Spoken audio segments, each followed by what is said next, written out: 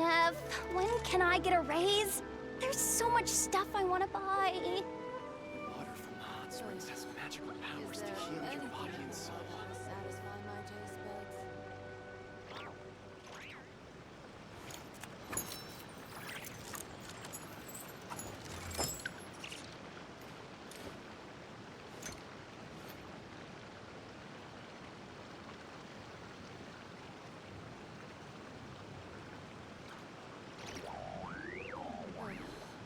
Is there anything in the world that will satisfy my taste buds?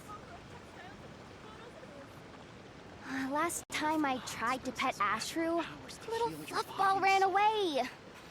Someone's not getting their dried fish today.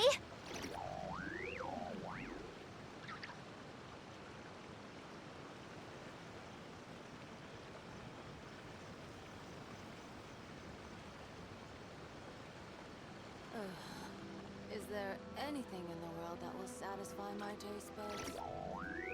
Water from the hot springs has magical powers to heal your Come body on, and soul. let's hit the town. I'll show you someplace fun. But keep it quiet, yeah? Mum's the word.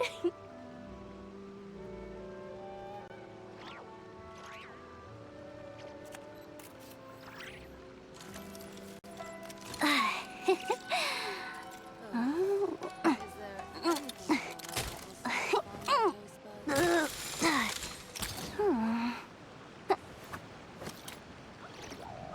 Water from the hot springs has magical powers to heal your body and soul.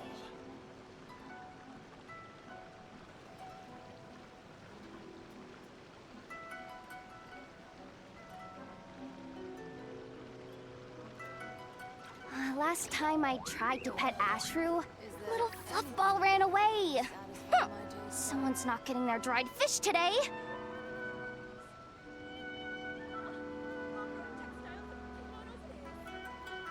Water from the hot springs has magical powers to heal your body and soul.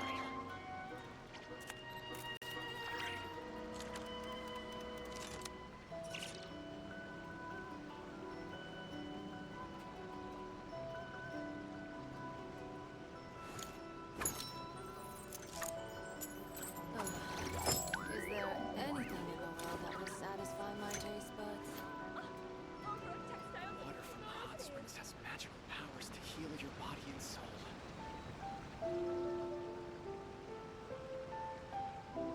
Is there anything in the world that will satisfy my taste buds? Magical powers to heal your body and soul.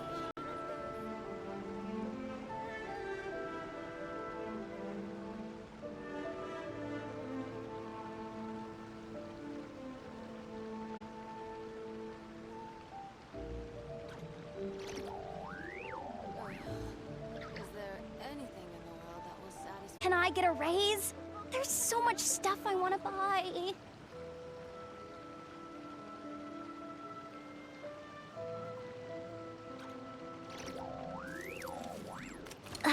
Is there anything in the world that will satisfy my taste buds?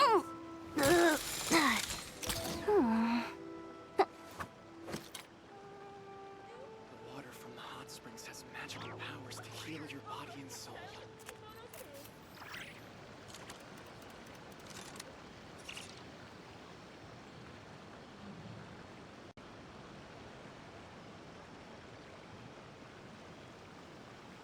Come on.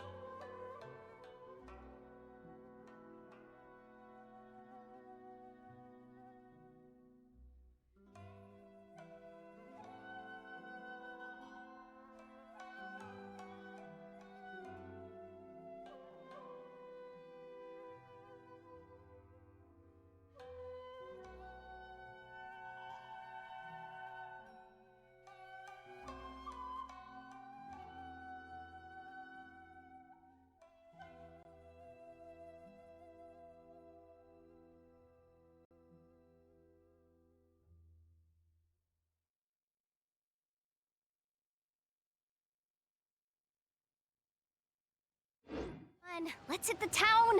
I'll show you someplace fun. But keep it quiet, yeah? Is there Mum's the anything word. in the world that will satisfy my taste buds? Water from the hot springs has magical powers to heal your body and soul.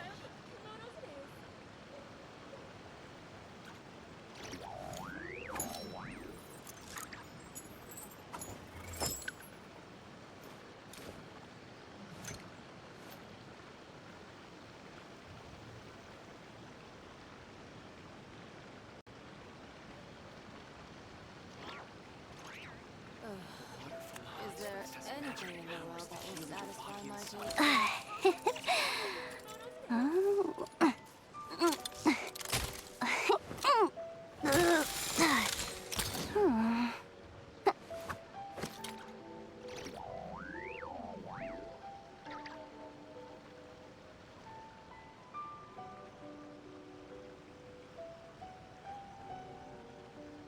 Last time I tried to pet Ashru, a little fluff ball ran away. Is there anything Someone's not getting their dried fish today.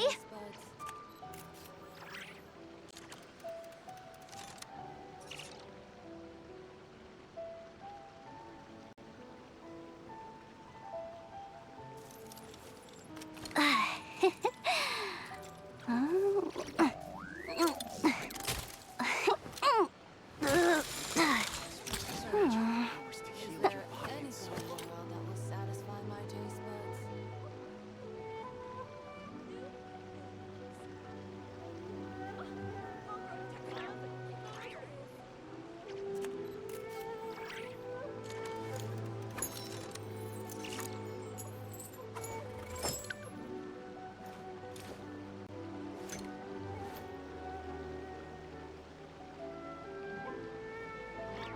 Water from the hot springs has magical powers to heal your body and soul. Satisfy my taste buds?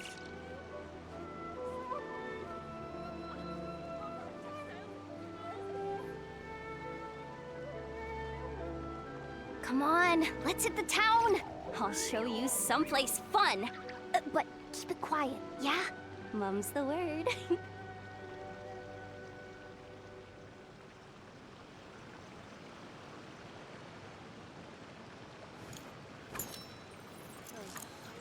Is there Water from the anything hot springs has that will magical powers satisfy to my heal taste your buds? body and soul.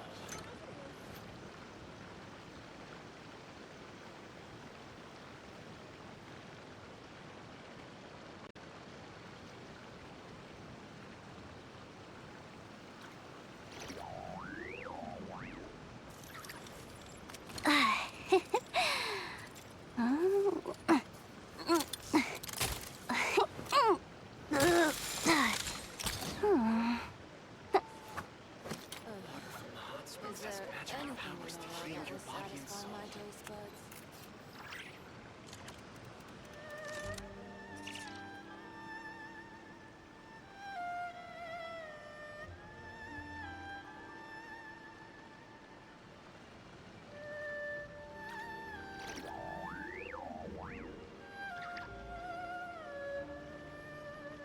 Last time I tried to pet Ashru, a little fluff ball ran away. Is there Someone's anything not in getting the their world dried that will fish today. satisfy my taste Powers buds? to heal your body and soul.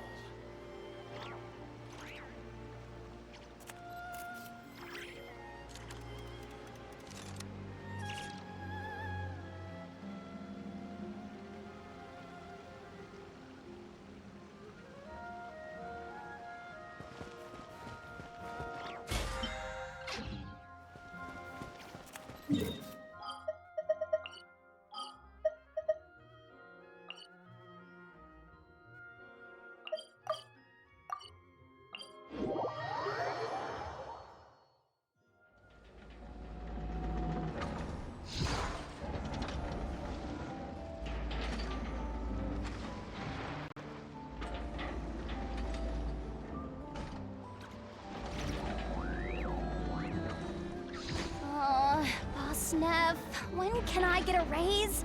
There's so much stuff I want to buy. Let me guess.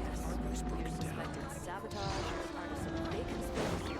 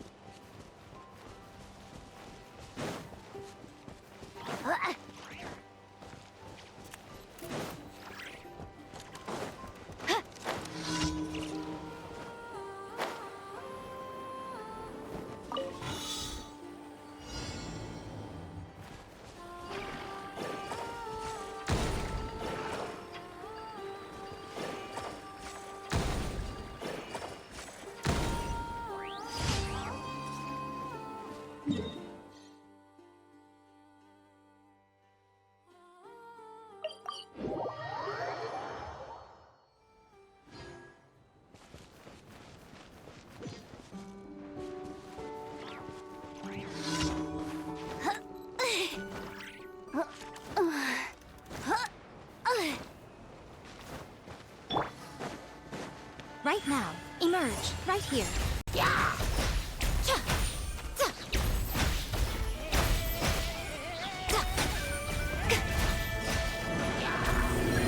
Right now, right here. Smash and grab!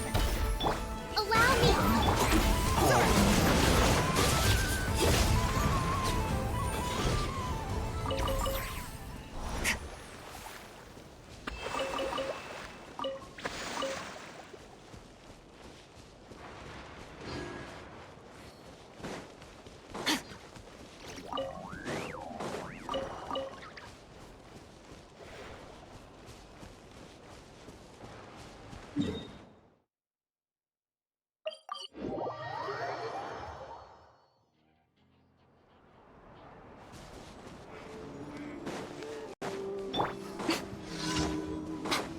Right now, right here, right now. Finders keepers! You're not going anywhere!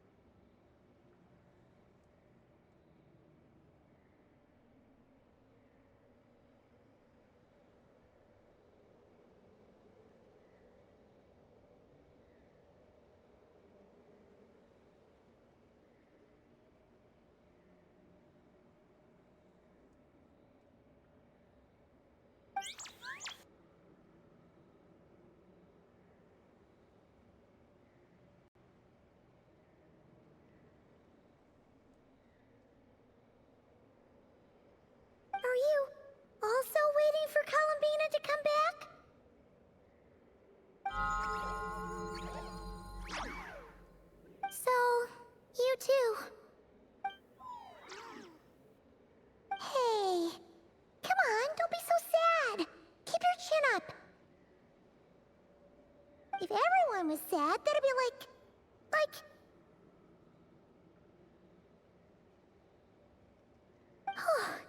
Paimon doesn't want to think about it.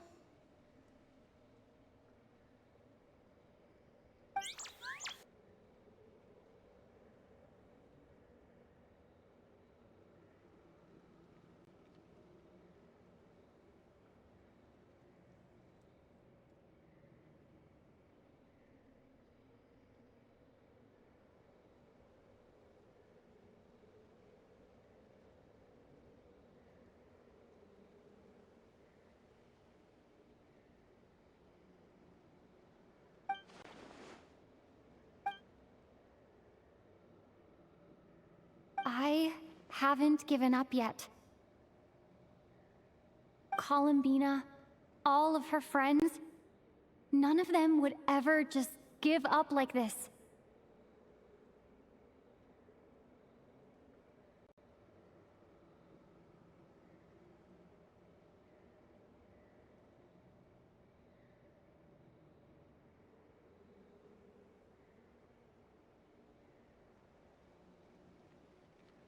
Give us a little more time. I can't promise anything, but I'll do everything I can.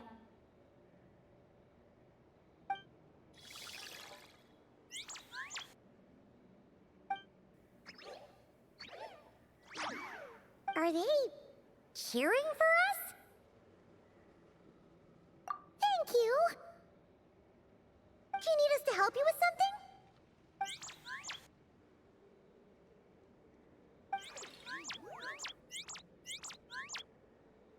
This Koenki. Paimon thinks she looks a little flustered. Why don't you play something? If they hear a familiar melody, maybe they'll calm down a little bit.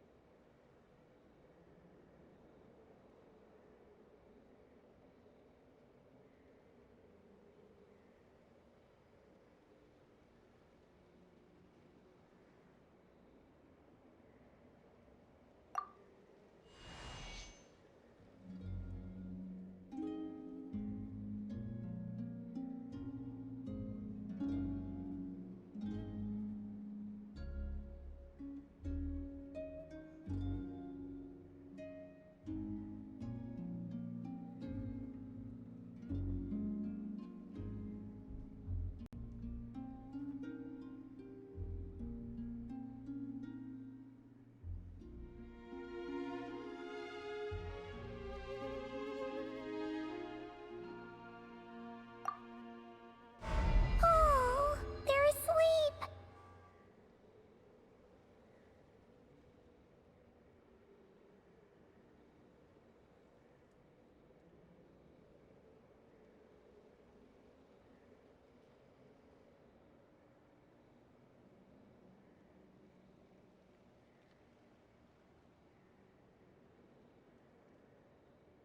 Looks like they haven't had a good rest in a long time.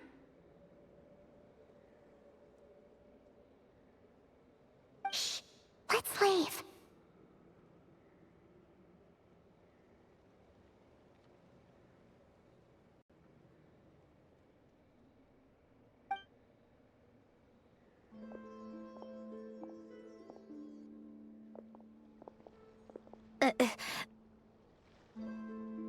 Syndrome!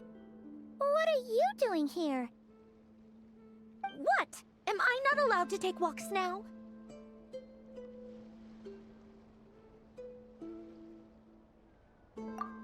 Thought as much. No such thing as a free miracle, you know. Hey, which way are you headed? Paimon means we don't see much of each other. Maybe we could join you for a bit. Let's not. I'm not in a good mood today and don't have anything nice to say. Besides, comfort is the last thing this place needs.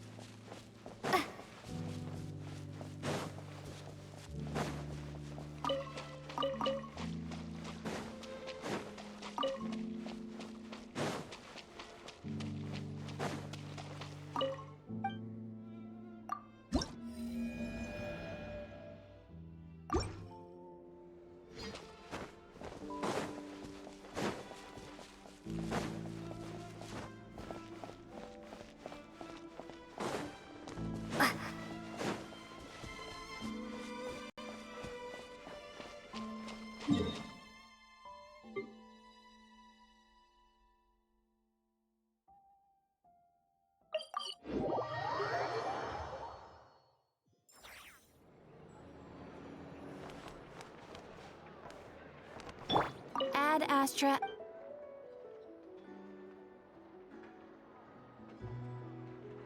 Thank you for completing today's commissions. Here is your Ad Astra.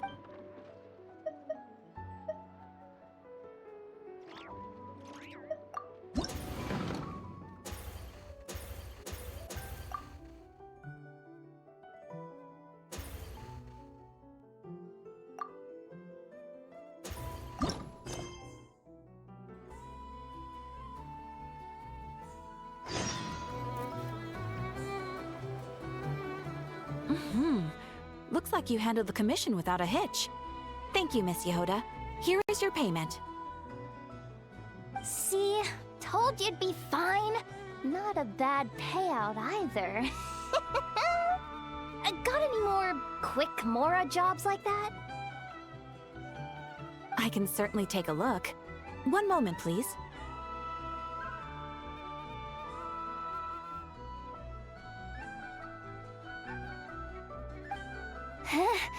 Isn't that... Hey! Catherine! Was that pendant over there used for posting a bounty? It was indeed. You certainly have a sharp eye, Miss Yehoda. Mystery Haunty left it as collateral for a bounty request. In that case, I'll take that one. Just give me the deets.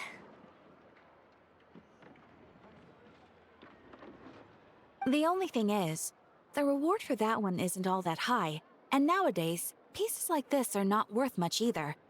I'm not sure it's the kind of job you're after, Miss Yehoda. No worries. I'll take it. Let's call it a bit of charity work on the side. Gotta build up some good karma once in a while, huh?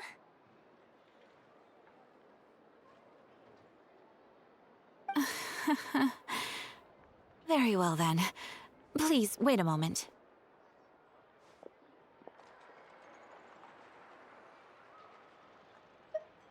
I mean, it's not like I've got much else to do right now.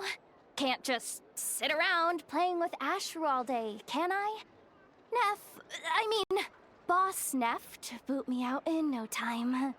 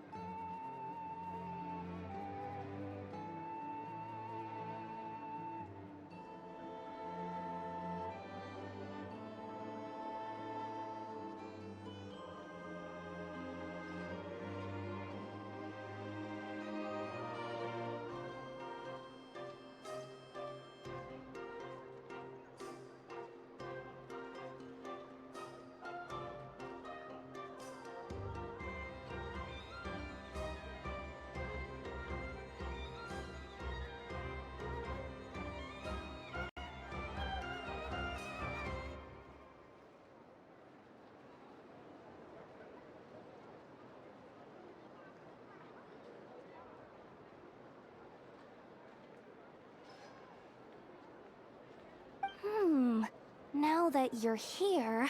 Traveler, Paimon, you two are pretty handy. Want to join forces on this one? We could split the reward.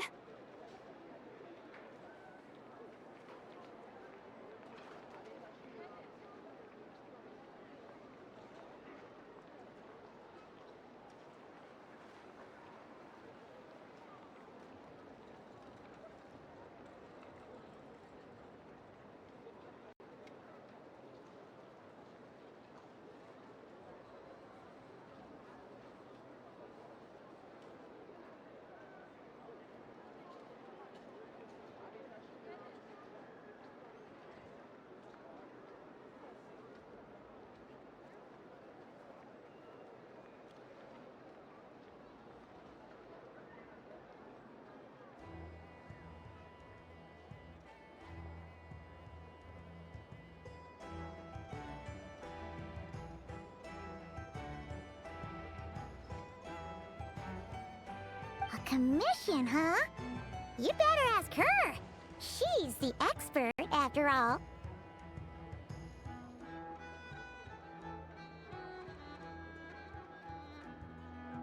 Bet you it's nothing major. Trust me. Ihanti's way too much of a scaredy cat for it to be about anything serious.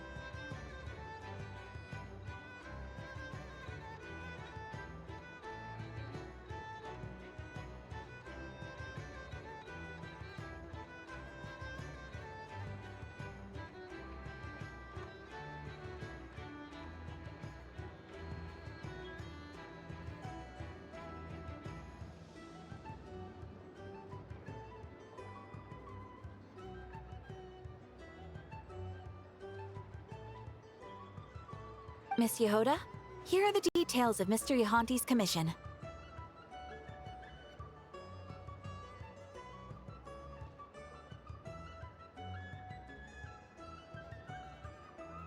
Alrighty, let's see what that little whip's gone and...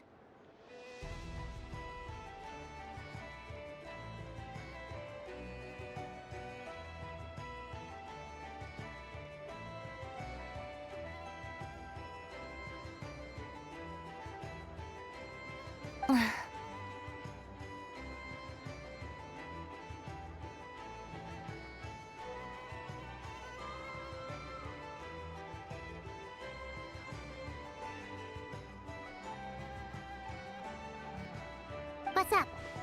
Please don't say it's something super difficult.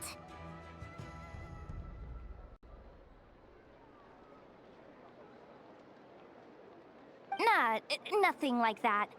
Just didn't expect a guy who couldn't even bring himself to hurt a fly to go posting life or death commissions like this.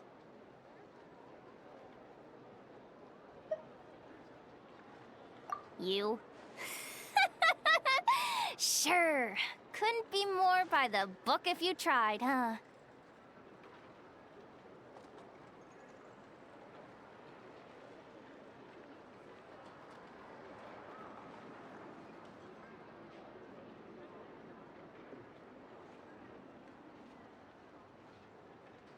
Relax, I'm just messing with you.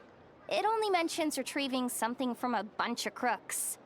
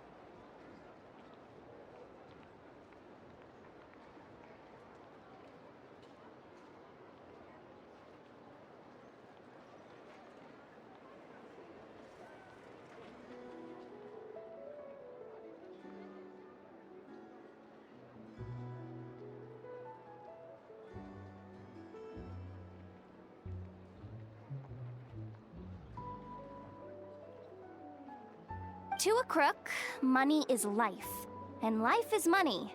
That makes it a matter of life or death. Am I right?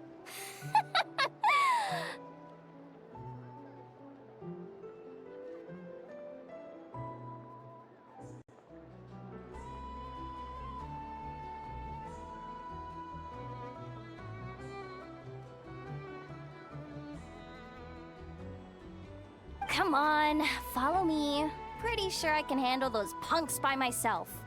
Odds are, you won't even have to lift a finger.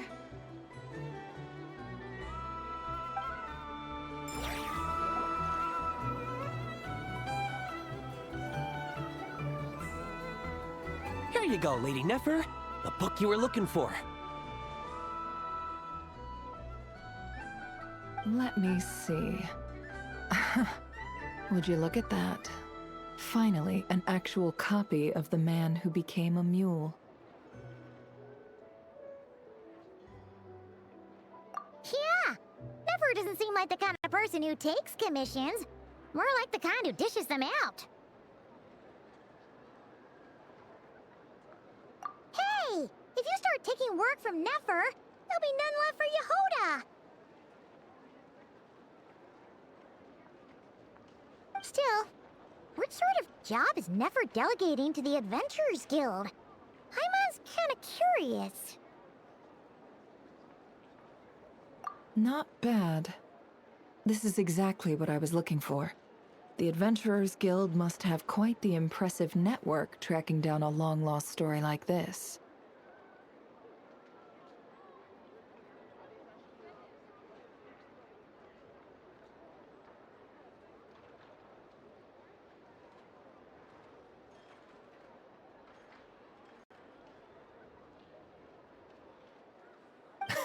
Well, that's all thanks to our hard-working adventurers.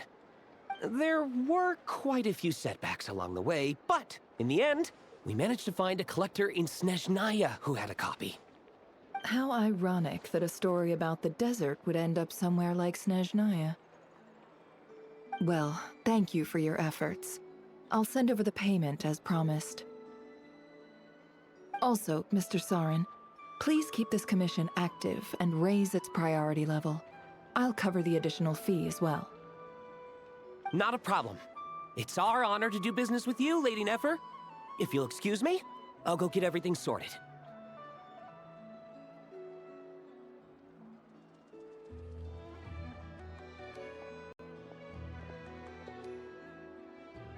My business is done, you two. You can come out and ask your questions. I know you're curious. You even heard what Paimon said? Huh. Guess that's what makes you the boss.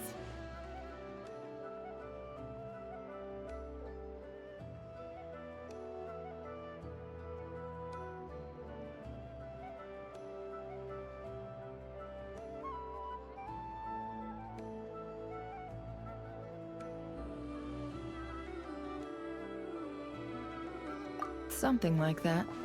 It's more like a long-term partnership I have with the Adventurers Guild.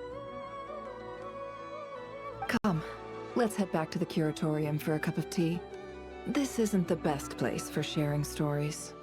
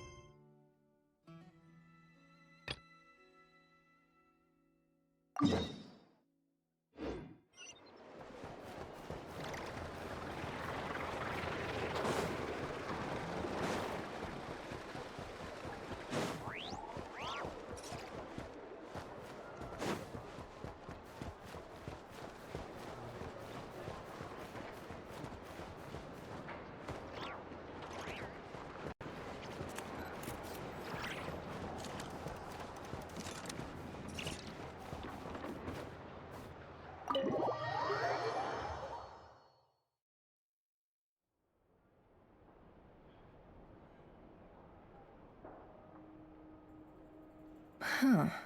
Looks like Yehoda's not back yet. Wait here. I'll go brew some tea.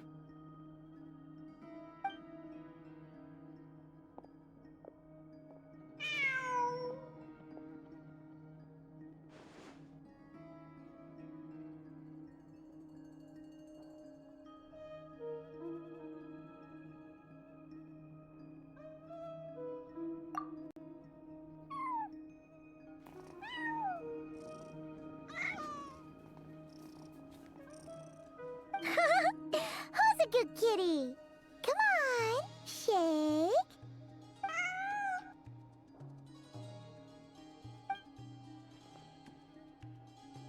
All right, help yourselves. Cream and sugar is over there if you need it.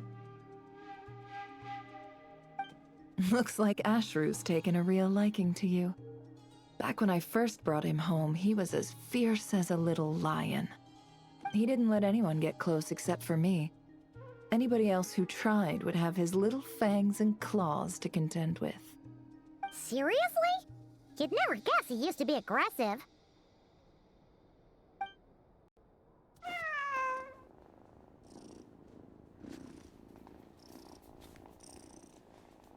That was a long time ago, when the two of us had just arrived in Krai.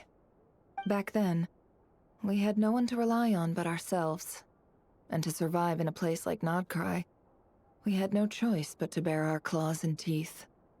Of course, things are different now. Anyway, it's about time we satisfied that curiosity of yours. I'm guessing you want to know more about my long-term partnership with the Adventurers Guild?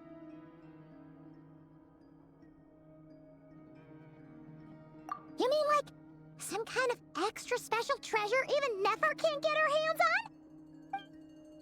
It's special, no doubt about that. But whether it counts as treasure, well, that depends on how you see it. Here, this is the book I asked the Adventurers Guild to find for me. Take a look.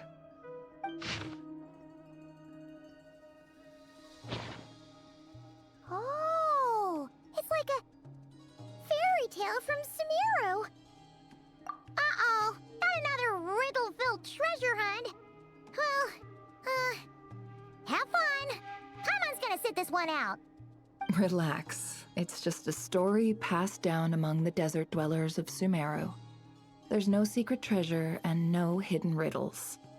The only reason I went to such lengths to find it is because it has to do with my father.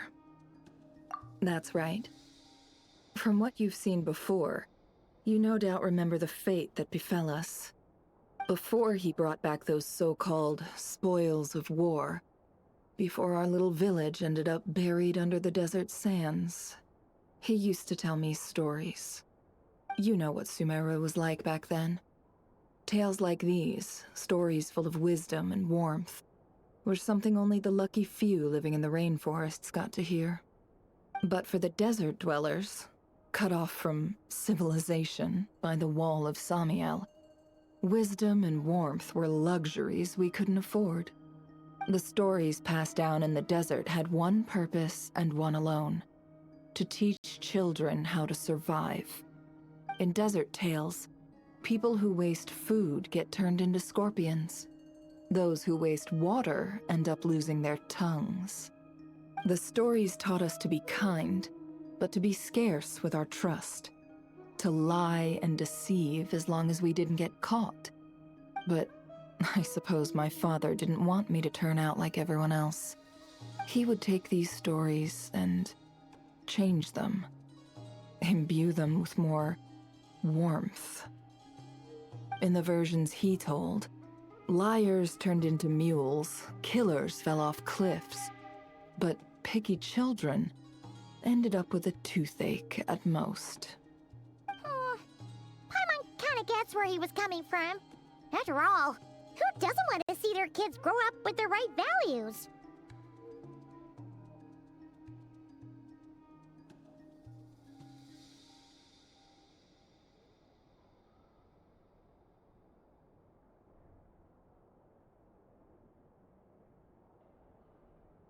Me? I couldn't get enough of them. I'd spend my days counting down the minutes to nightfall, when Dad would lull me to sleep with another one of his stories. Then, come daytime, I'd grab his storybook and go tell them to the other kids. They were so envious of me. No matter where I went, there was always a line of kids trailing behind me. They would do whatever I asked, just for the chance to hear a story. And then, one day, it all came to an end. And now, All that remains of those times is buried under the sand.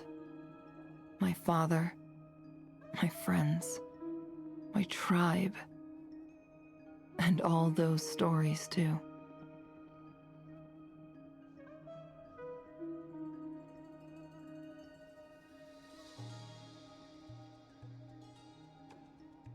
After that, I went to the academia.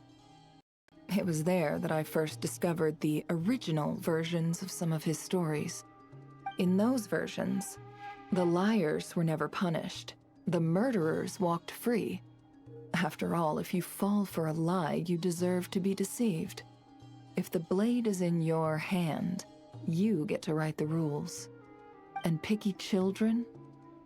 They ended up just like the ones who wasted water, turned into lizards, doomed to spend the rest of their days crawling under the rocks. Only then did I realize that it was my father who'd been deceiving me all along, weaving a false world of warmth to shelter me from the harsh realities of the world. But once my father was gone, that world collapsed with him. And I had no choice but to face the truth. Luckily, though, I was a quick learner. Before long, I'd turned into exactly the kind of desert dweller he'd worked so hard to keep me from becoming. After that, it was all lies, deceit, revenge, and ruin. Themes that have played out in the desert 1,000 times over. But I'm sure you know that all too well.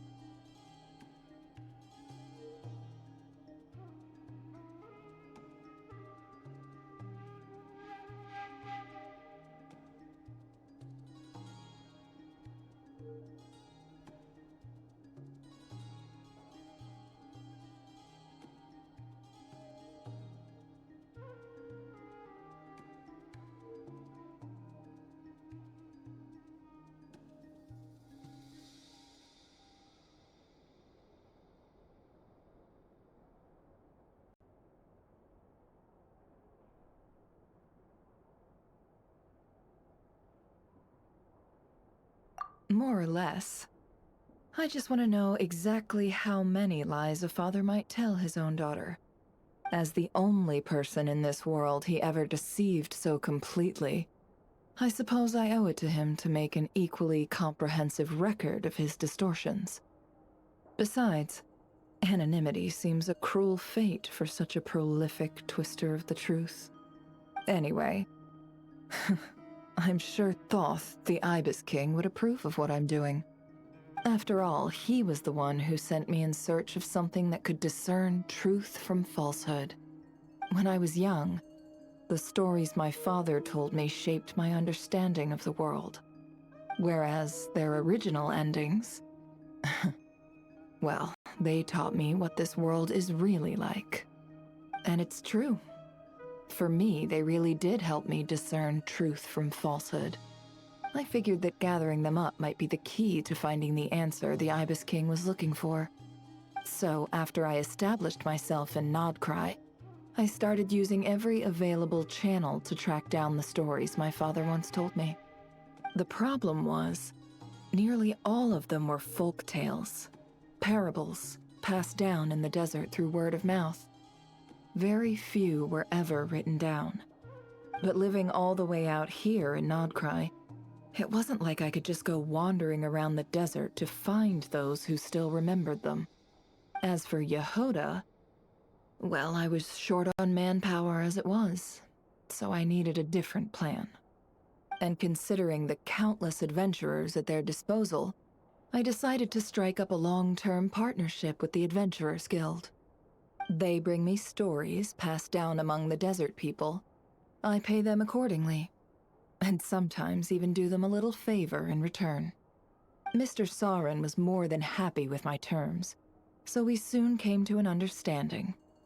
And from the way things have been going, I'd say our arrangement has worked out rather well. Well, this was the very last story my father ever told me.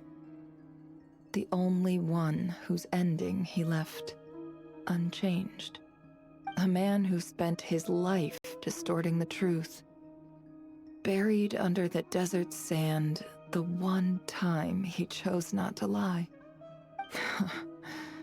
And look, it even says, deep down, his was a heart of gold. And that is the greatest wisdom of all. How ironic is that? Anyway, I can make a copy of this story if you're interested. And I just realized, you're an adventurer too, aren't you, traveler? Well, being an adventurer means you've traveled far and wide, and seen many things.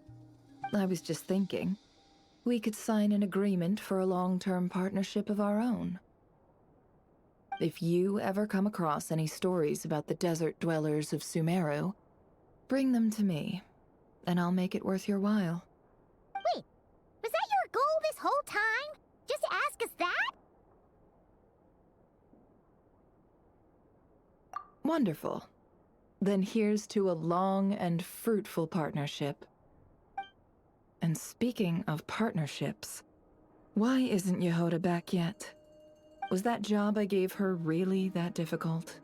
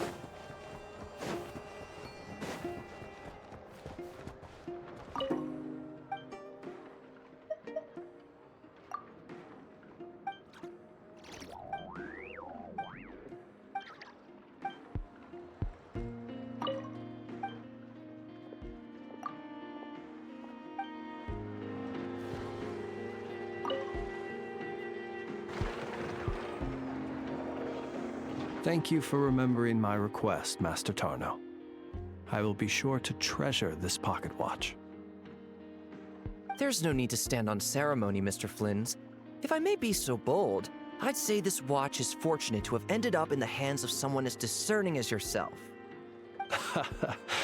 Even if that someone turned up to collect it half a month late because he needed more time to get the money, I do hope it won't miss the finer life and flee back to your shop in the middle of the night. Such a wonderful sense of humor. Even if it wished to escape, I doubt it would get far with a ratnik such as yourself on its tail. Here, I've already wrapped it. It's yours. My thanks again, dear Master Tarno. Perhaps we can have a drink in the flagship when you're next free. It would be my pleasure, Mr. Flynn's.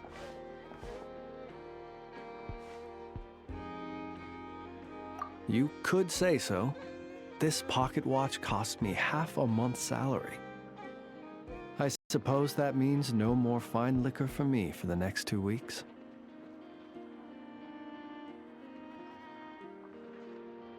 In that case, I should paraphrase Master Tarno just now and say, my pleasure, Miss Traveler. I look forward to your invitation.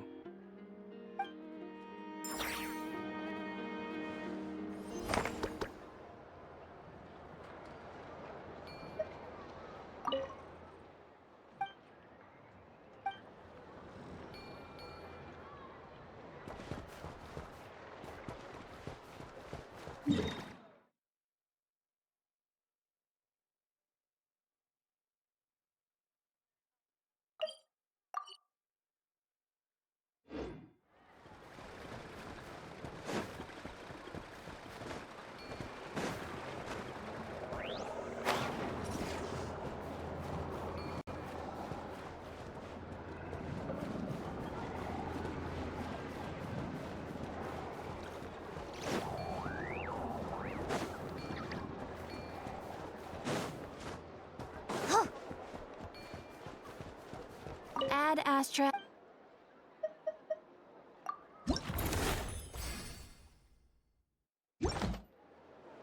Add Astra.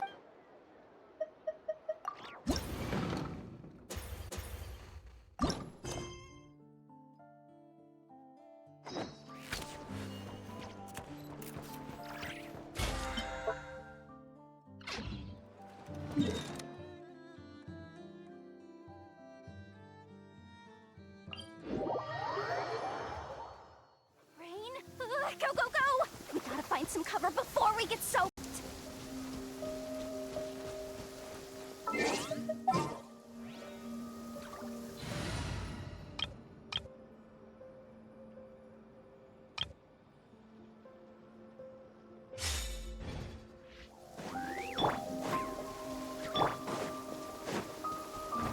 There is no Let the world collide! Hold the line! breath from the sky!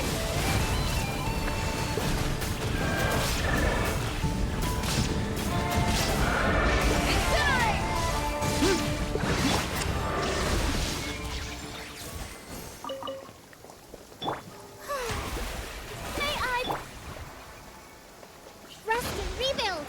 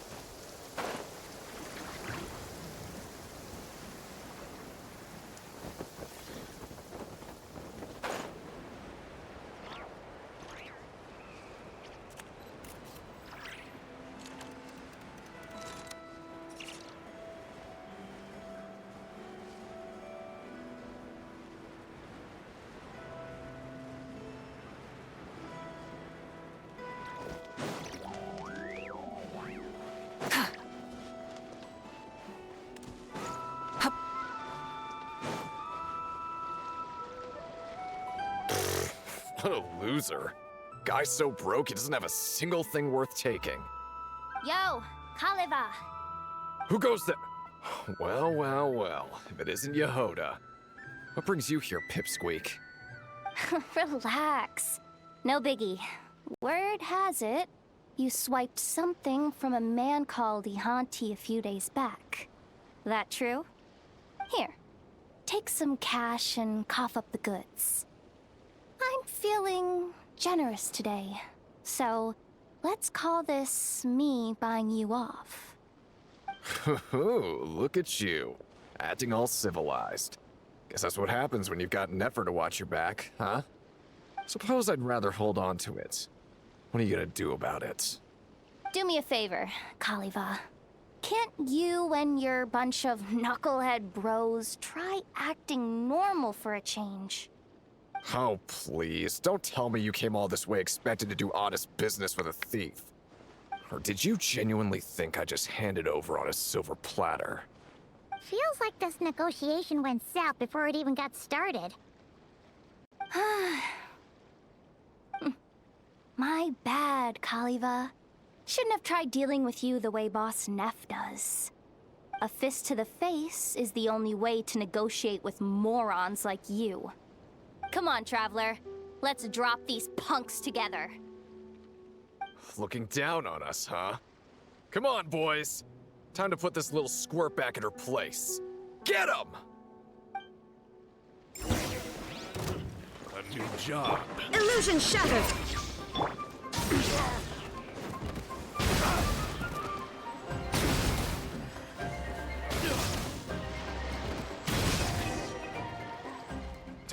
Okay! You win! See? If you just played along earlier, you wouldn't have ended up in this mess. Now, take the Mora and go find yourself a decent doctor. Is this your way of showing pity? Save your breath and just take the Mora. If you'd rather chuck it in the water or hire thugs to jump me, that's your call. One thing's for sure, though. going hungry and getting beaten up both suck. Don't make things worse for yourself, Kaliva. The junk I snatched from that invalid is lying over there. Aside from some spare change, it was just a painting and some busted doll. The Mora's long gone, but I haven't had time to toss the rest out yet.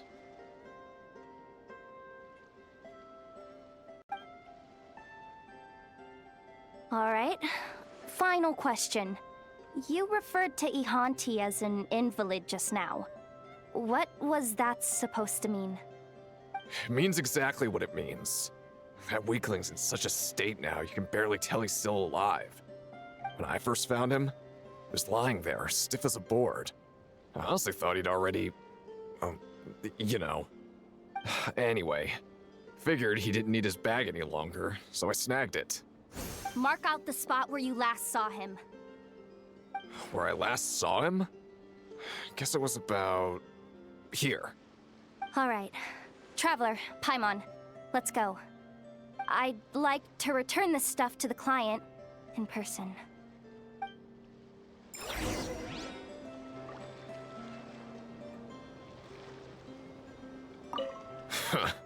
You're a real piece of work, Yehoda. Know that? Scary smart one moment, unbelievably naive the next.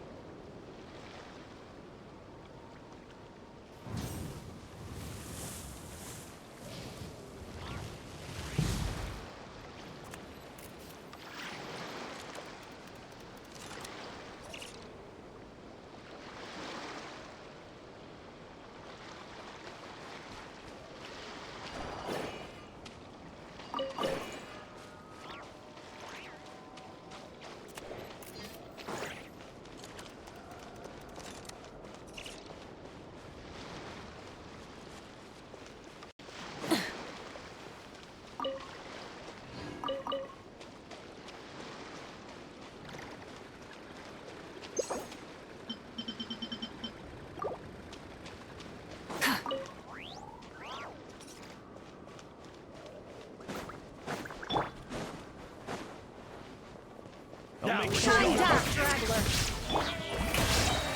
Hold the line! Billowing surge!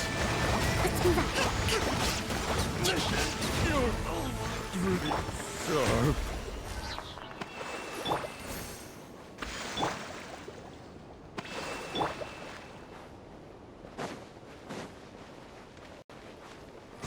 Prepare to meet your light it up!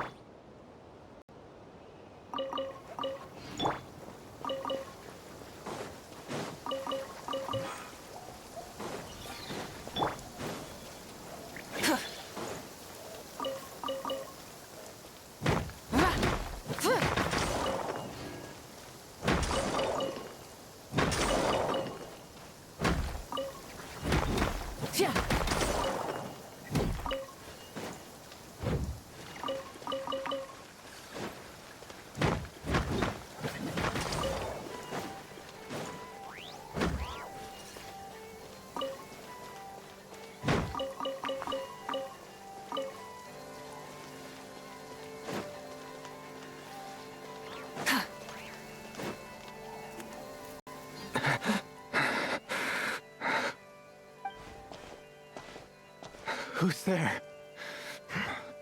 I don't have any more, nothing at all. If you're here for my life, just go ahead and take it. I've brought your stuff back, Ihanti. Yehoda! Is that you? I can hear your voice, but I can't see clearly anymore. It's me, Ihanti. And I'm standing right here in front of you. Why didn't you come find me? You look terrible. Even a starving stray doesn't wander into a rich man's city. Not after all the beatings it's taken. I'm not that kind of person. And Boss Neff isn't either. All the more reason why I couldn't come find you. If folks got wind that you were the type to lend a hand, I'd come banging on your door day after day. No one would be crazy enough to pull a stunt like that with the boss. But you're always out there secretly doing good. Only to be stabbed in the back by the very people you helped. Hey, I've learned a lot from Boss Neff, you know. No one's gonna get me good like that. Ever again. You just can't stop yourself from watching out for other people, can you, Yehoda? That's my business. And no one else's. Maybe that's why the boss thinks so highly of you. Maybe. It's the only reason I'm even still alive. You're right, Yehoda. You're right. Anyway, if there's something I can do for you, Ihanti, now's the time to tell me. Still the same as ever, huh? What if this was all just a big scam, or I was luring you into some kind of trap? You wouldn't do that. Not after how long we've known each other. And that's enough to win your trust? Come on, look at the state you're in. How could you possibly threaten me? Finally. We're getting somewhere. I guess saving a venomous snake that can barely open its mouth is pretty safe, all things considered. Do me a favor, then. Roll up the painting in that bag and slip it into my pocket. I haven't the strength to pick it up myself. I painted this with my wife and daughter. It's the only thing I still care about in the whole wide world. As far as I'm concerned, nothing else matters anymore. The old you would be in stitches hearing you say that. And what happened to those things I once treasured above all else? They could save neither my wife nor my life. But maybe that's just the fate of a thief. Everything we steal always gets stolen back, and we wind up empty-handed again eventually. That pendant I put up for the commission was all I had left. Though I guess I can't really call it mine. That was the first piece of jewelry you ever stole. You must have told me the story a dozen times.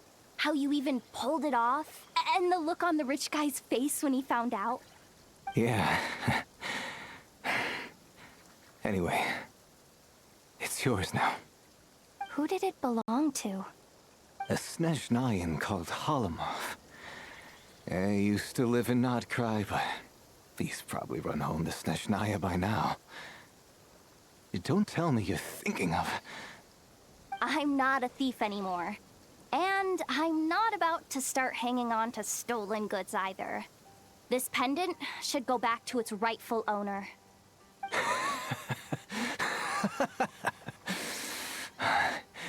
You really are something else, Yehoda. The boss was right. Someone like you could never racket as a thief.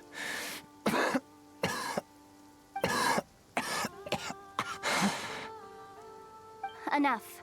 Stop wasting your breath. I'll head back and find you a doctor. Forget it. Just let me go the way I'm meant to. But... Yehoda, you know the boss's code. grant rest to those who seek it. You know what I'm talking about. So, leave me in peace. Fine. I'm glad it was you who came to help me, Yehoda. Sorry I don't have any treasure to give you. But if you want, you can have this doll.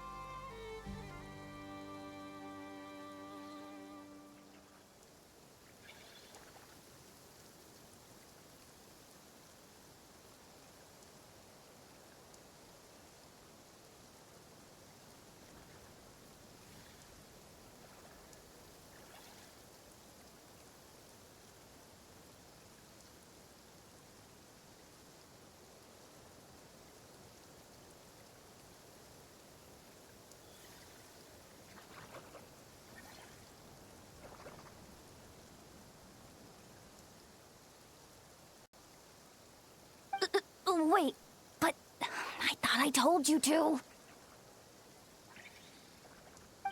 Don't worry. I made this one myself. The ones you put together are long gone. I burned every last one of them, just like you told me.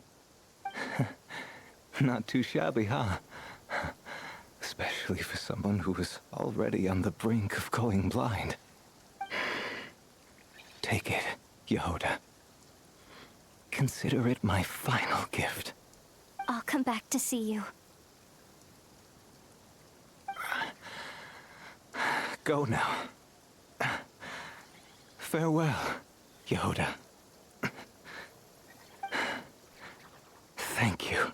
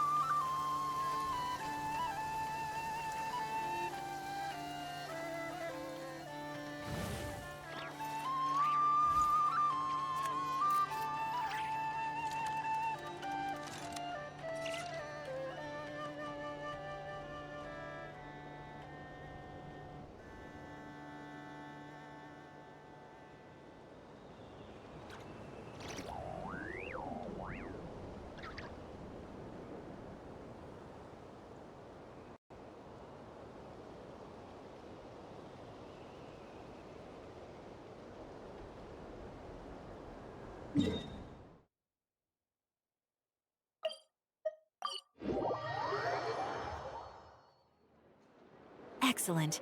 Looks like you've completed the commission. Please bear with me while I fetch your payment. Is everything okay, Miss Yehoda? You seem a little pale. You didn't run into any trouble, did you? Don't worry. I'm fine. Very well, then. One moment. I'll be back with your payment right away.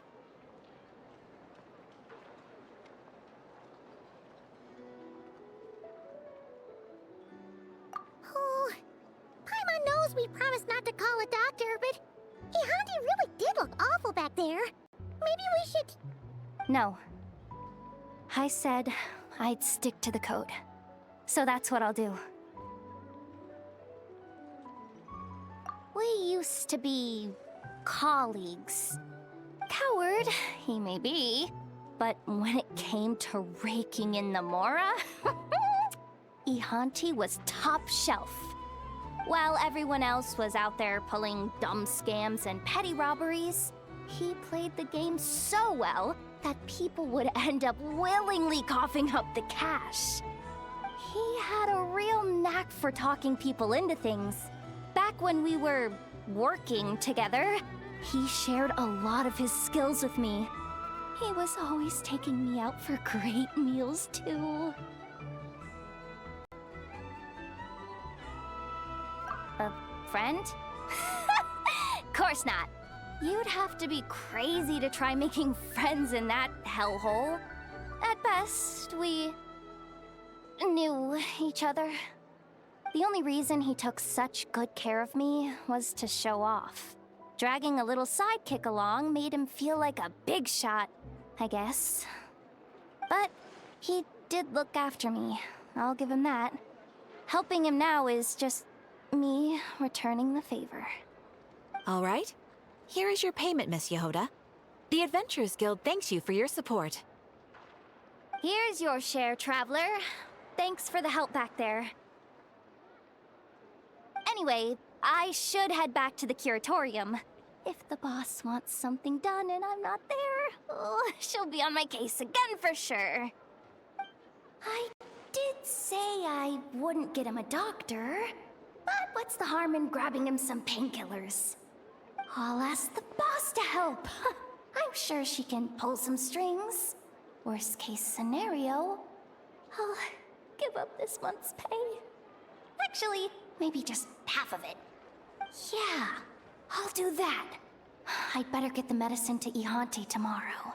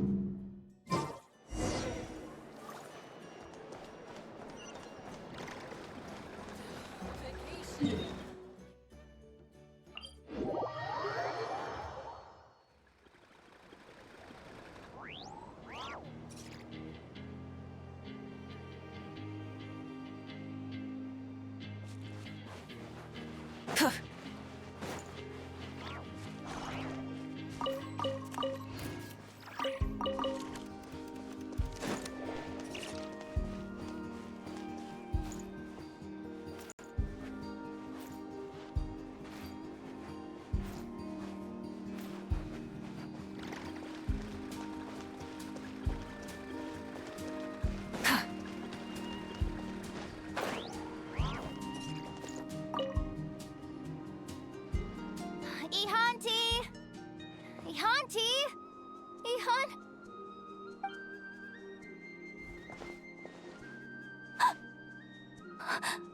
Oh no.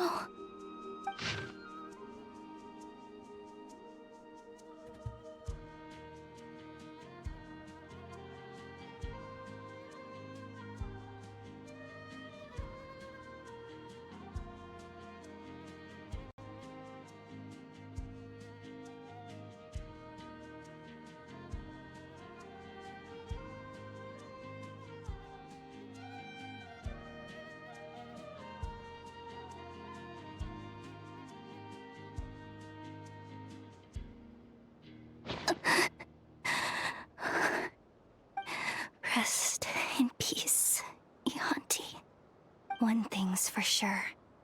That fate of yours isn't gonna get me. Not yet, anyway.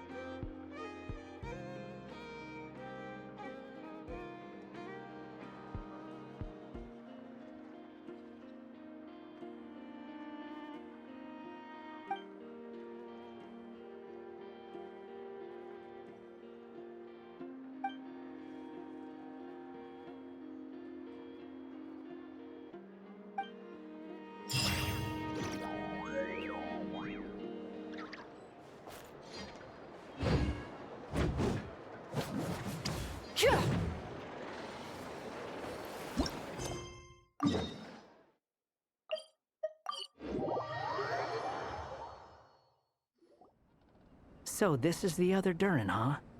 If this had been the dragon that ended up being revived in Mondstadt, there's no telling what kind of calamity that people would have had to endure. So, if you think about it like that, Durin's actually a hero.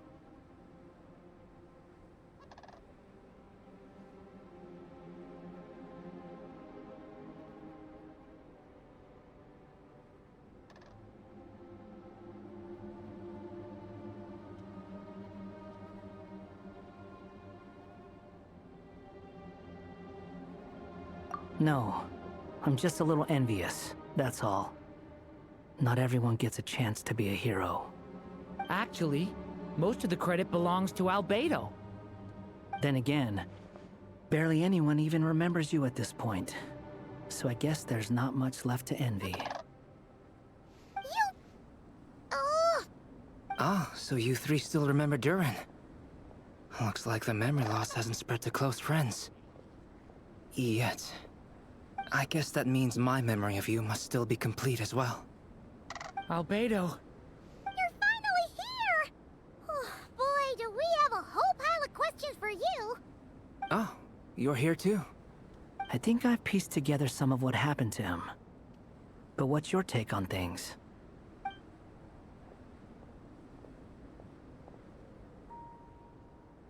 Master Jean filled me in on what happened, and I've got a few theories.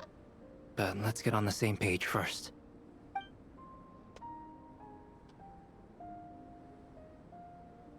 Well, physically, he's doing fine. His body is holding the abyssal power at bay. And there's nothing whatsoever to indicate any risk of collapse. So, from an alchemy point of view, there's nothing wrong with him? The issue isn't so much that the abyssal power within him has gotten out of control. It's that the connection between his will and body is fading. If he ends up losing his conscious will, his body will fall back on its biological instincts. And that's when the abyssal power within it will take over.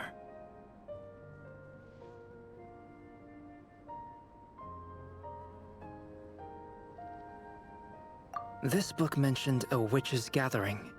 It seems like quite a few of these witches got themselves involved in Durin's case. Which brings me to my theory. Bringing Fairy Tale Durin into this world to replace the Durin on Dragonspine means using one Durin's fate to overwrite the others. But the power of alchemy alone would not be enough to pull off such a feat. It would have required the combined use of Miss Barbeloff's astrology, my teacher's alchemy, and Aunt Alice's magic.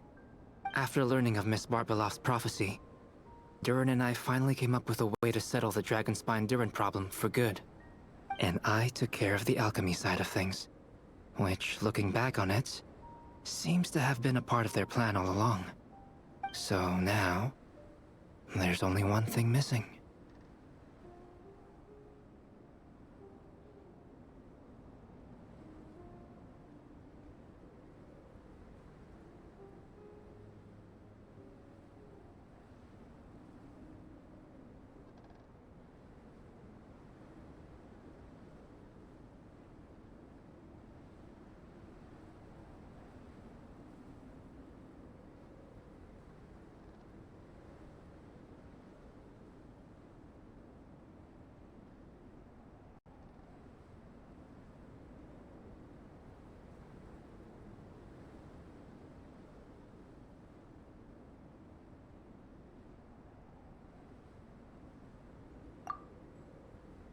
As for the fate theory our friend in the hat just mentioned, I still can't figure out how any kind of magic could possibly influence the fate of Tevat. But I'm certain that the answer lies within this book. So, the reason Alice had us complete this book was to make that magic possible? A form of magic powerful enough to rewrite fate itself. Well, we've no time to lose. I just need to take a look at the book. The next part of the story most likely relates to me. So the memory that unlocks it must be connected to me too. Huh? The giant tree was home to a broken branch, the shape of its splintered arm aligning perfectly with the branch that had burst forth from the castle walls. Join yourself to that broken bough, for there you may take root at last, and henceforth bask in the sun and rain of the world beyond the castle. But first, fetch the stickiest clay and let it bind the scar of the break. I see.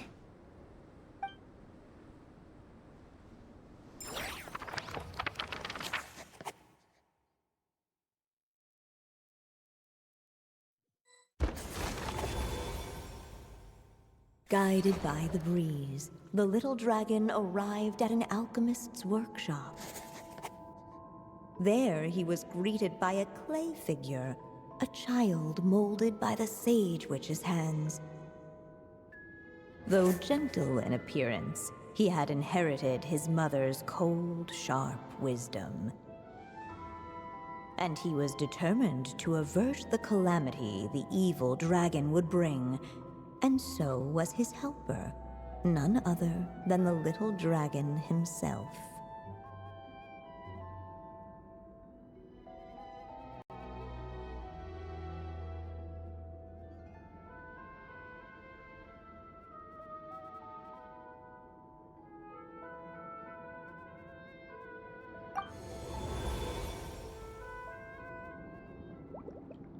What is this place? It looks like it's modeled after an alchemist's workshop. Or rather, a cliched stereotype of one. Albedo? Hold on. Why do I look like this? Oh, yeah! We forgot to tell you. Basically, the characters in the story are reflections of how Durin sees them. At least you're still human-shaped? Well, since Cat Guy has taken on a different appearance too, that must mean the two of us are both characters in the story. But you, Paimon, and Durin haven't changed at all. You must be special figures in some way. I'd like to know more about that too. But seeing as none of them can explain it, let's just concentrate on moving the plot forward.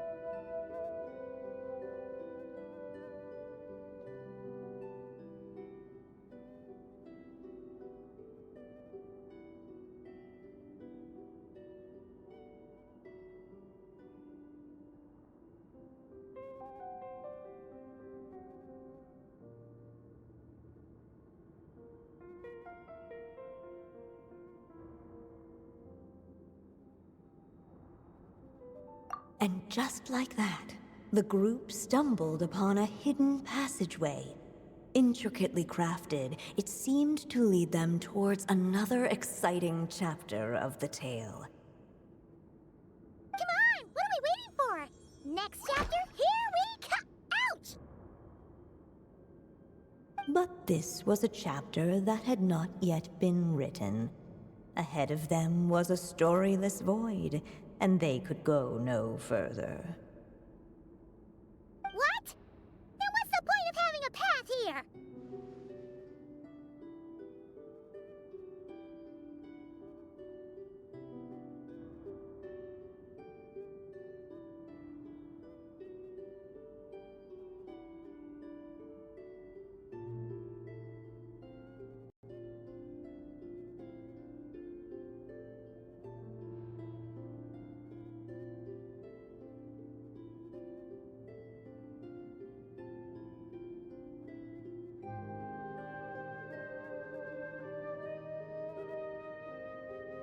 Sounds like a pretty bad habit for a writer.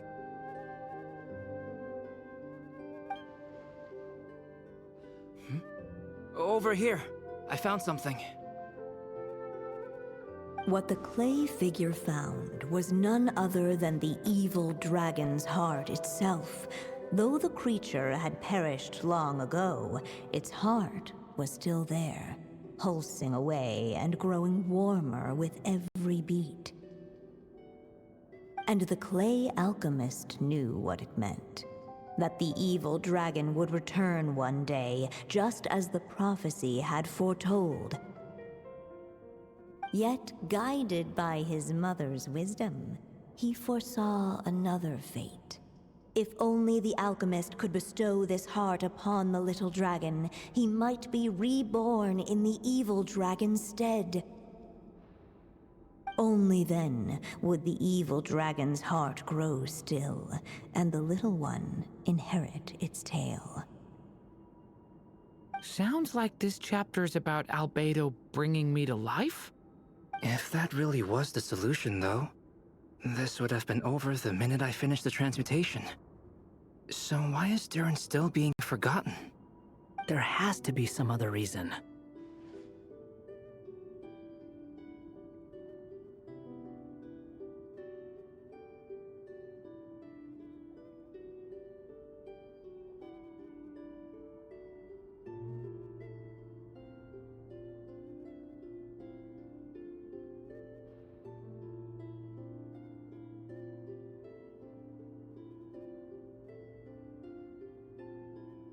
Yeah, I'd like to explore the area a bit more.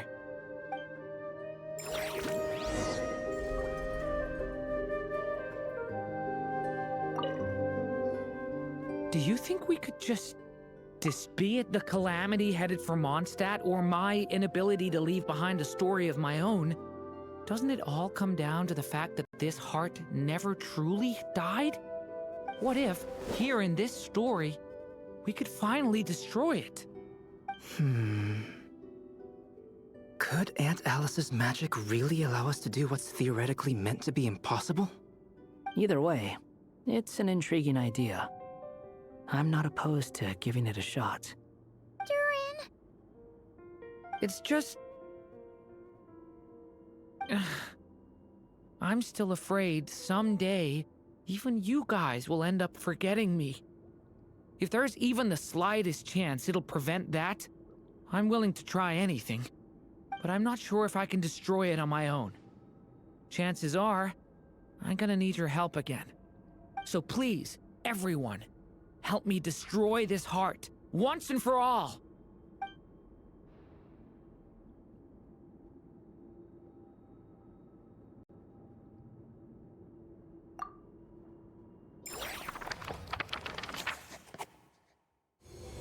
With the help of his friends, the little dragon destroyed the evil dragon's heart, using up every last ounce of his strength. In his eyes, this would ensure that his story and his alone remained in the world beyond the castle's walls. But the evil dragon's heart was like a great tree with roots digging deep beneath the surface. Cutting off the branches did not kill it. No, it just made it impossible for a new branch to take their place. The gnarled roots retreated back into the frozen earth, biding their time for a chance to bud again. Cut off from their source, the rootless branches above the surface slowly withered away. The little dragon story faded into nothingness, and in the world beyond the castle, only the evil dragon's tale endured. Who am I? Is this me? And so the story ended, with the little dragon fading from sight, leaving nothing but the evil dragon's shadow in his place.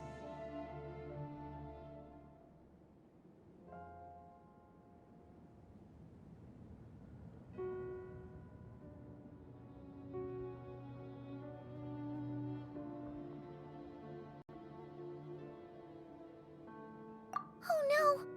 That means Durin! What do we do now?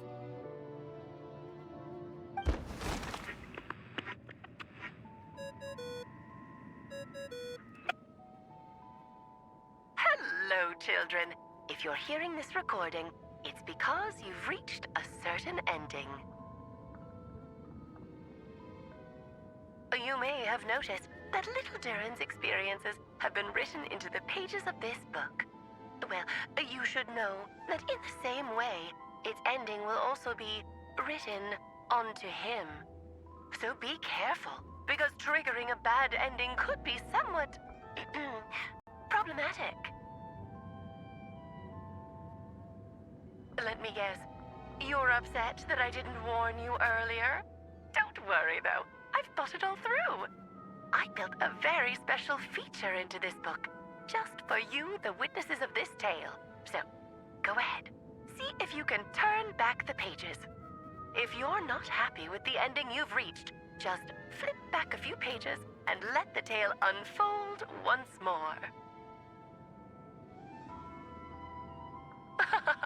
Pretty incredible, huh? That's the power of magic.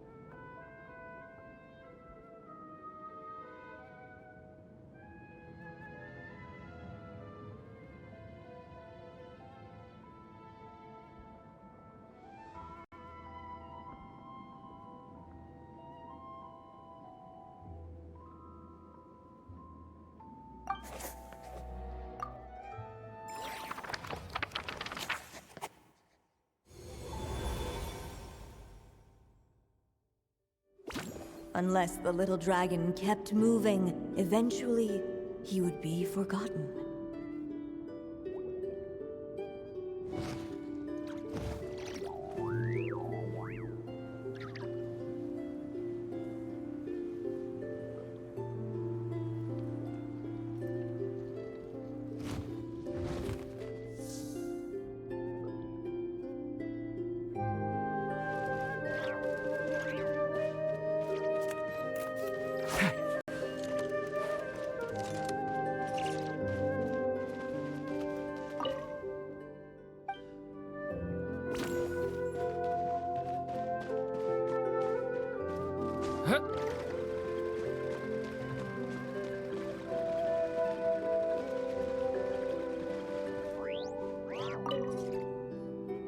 The evil dragon's heart continued to beat, as if waiting for the little dragon to accept it as his own.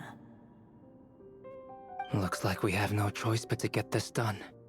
Whatever happens next, Durin is going to need all of our help. Is everyone ready?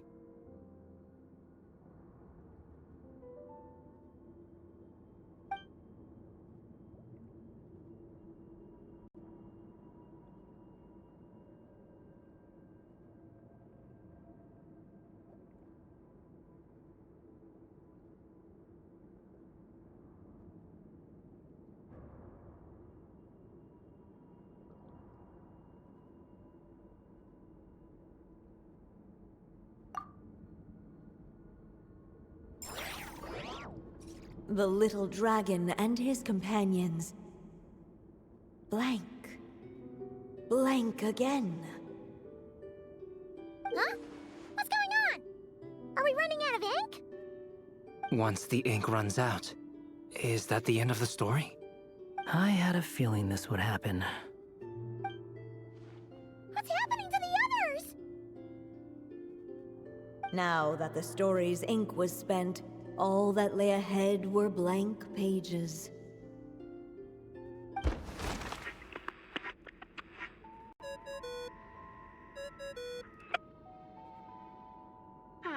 Looks like you've discovered another possible ending.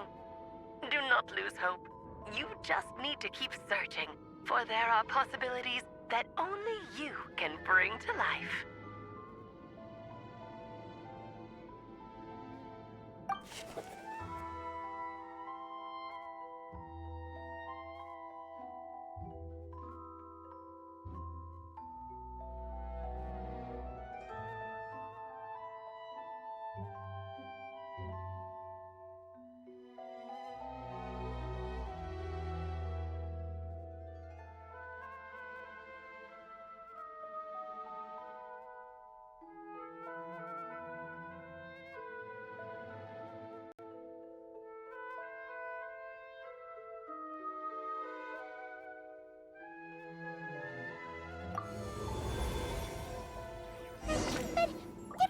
Try all the options? Ugh. We'll just have to see if there's something we missed.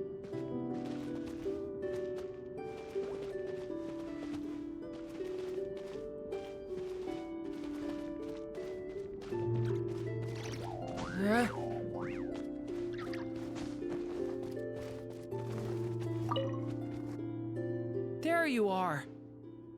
Oh, hello there. Hey, it's Minnie Durin again! What are you doing holed up in here? I was worried I'd scare everyone off, so I've been hiding out here all this time.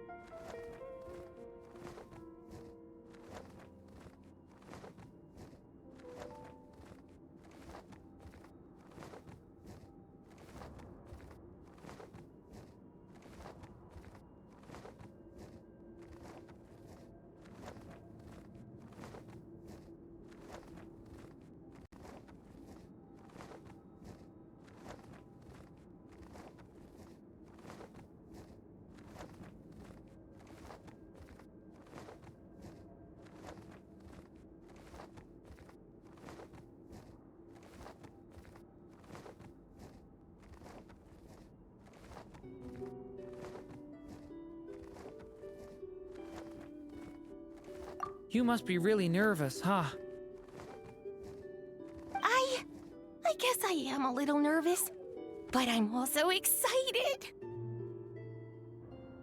I'm gonna get to stop the evil dragon and even become a human. It's all thanks to that Krai man. He's the one who talked me into it.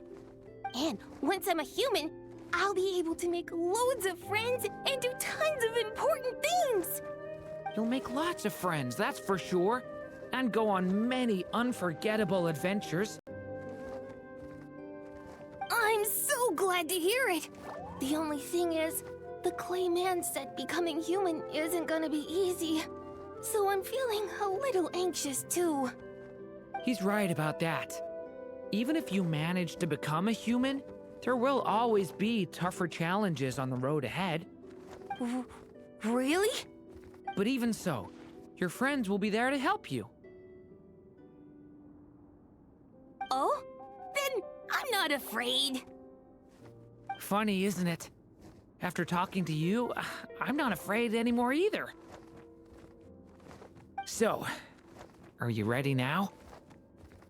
Yep, I'm ready to become a human. What the clay figure found was none other than the evil dragon's heart itself. Though the creature had perished long ago, its heart was still there, pulsing away and growing warmer with every beat. And the clay alchemist knew what it meant. That the evil dragon would return one day, just as the prophecy had foretold. Yet, guided by his mother's wisdom, he foresaw another fate. If only the alchemist could bestow this heart upon the little dragon, he might be reborn in the evil dragon's stead. Only then would the evil dragon's heart grow still, and the little one inherit its tale. At last, the little dragon accepted the evil dragon's heart, and a new life came into being. The evil dragon's heart beat in his chest, and the little dragon's soul guided him forward. Thus did the prophecy hold true, even as fate had been rewritten. And so was the little dragon born anew.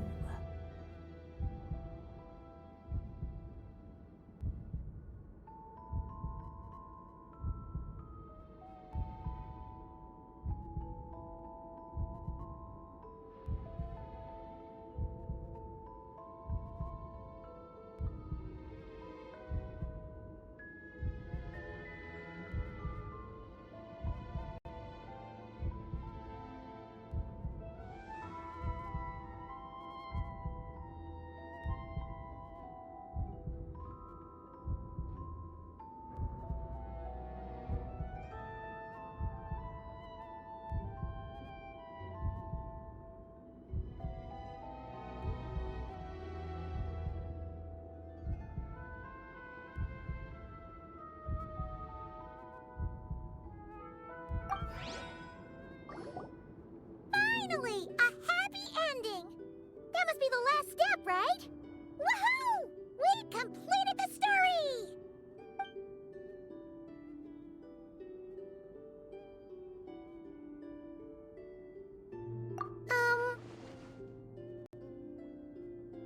Born anew, the little dragon set off once more, his story far from over. Huh? So, that wasn't the end? What comes next might be the most crucial part of all. The real last step. If fate really is as devious as they say, then I say, show us what you've got. Wow! You're all so serious all of a sudden.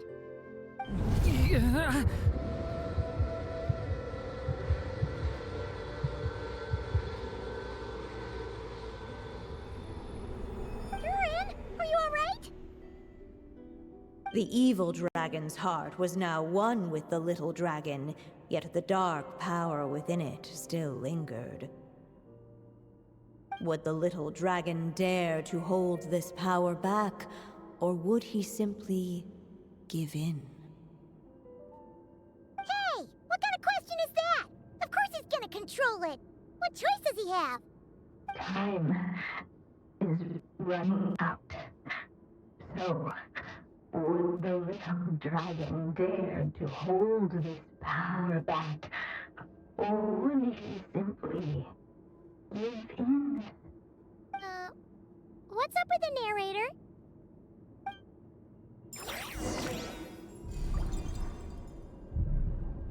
Would he dare to hold this power back? Or would he simply give in?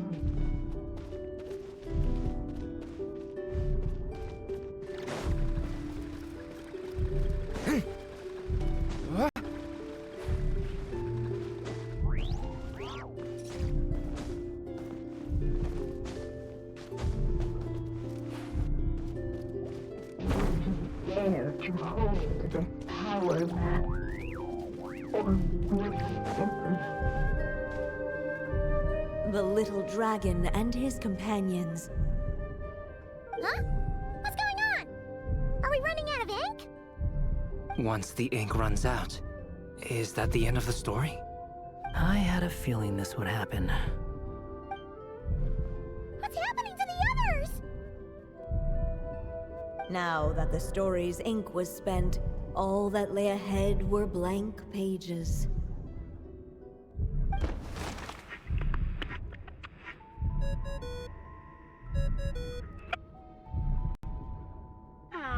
Looks like you've discovered another possible ending.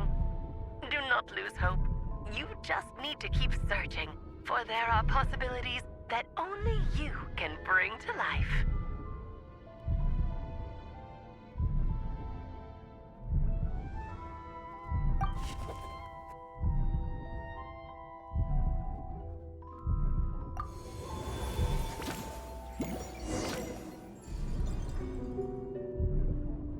Would he dare to hold this power back? Or would he simply give in? Not enough ink? Seriously?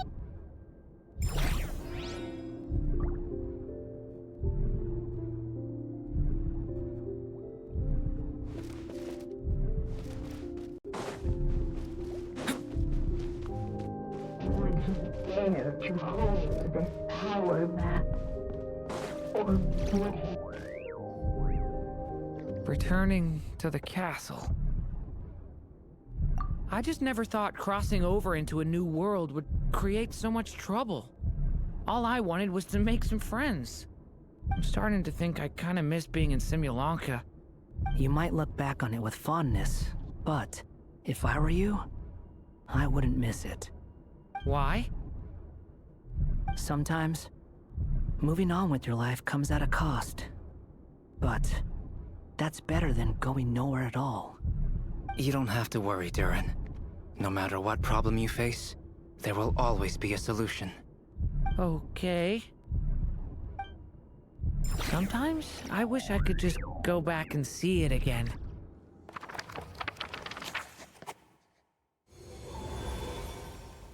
As the little dragon slipped back inside the castle's walls, the clamor of the outside world fell away. There was no danger here, no problems for the little dragon to resolve. As soon as his mother finished her story, it was time for the child to drift off into the world of dreams. And so the story ended, with the little dragon fast asleep in his castle, just like he had never even hatched. What's going on? I feel so weak. Hey, what's happening? Durin, wake up!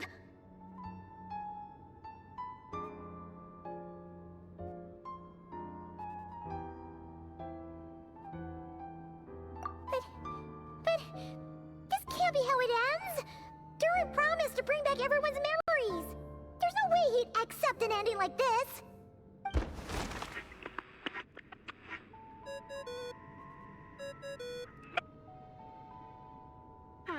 Looks like you've discovered another possible ending.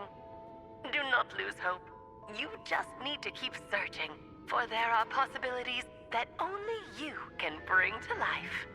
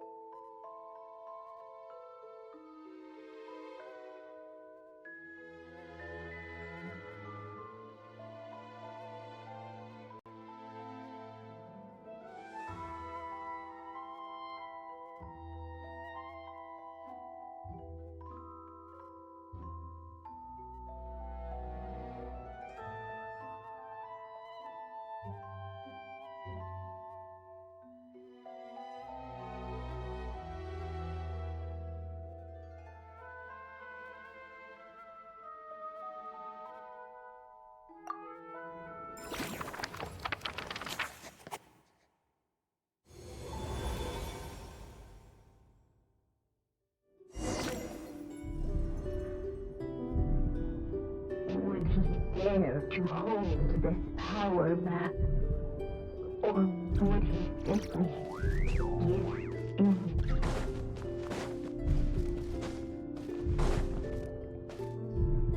Not enough ink?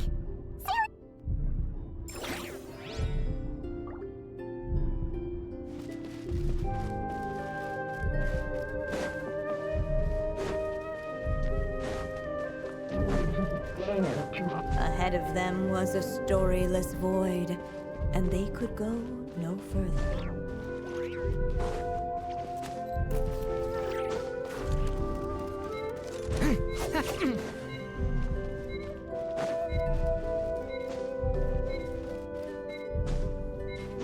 Would he dare to hold this power back? Or would he simply give in?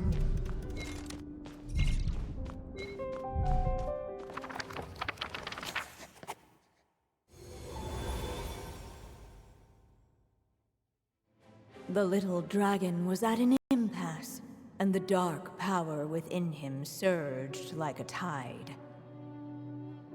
Unchecked, the darkness engulfed everything around it, including the little dragon's soul. The little dragon's story faded into nothingness, and in the world beyond the castle, only the evil dragon's tale endured.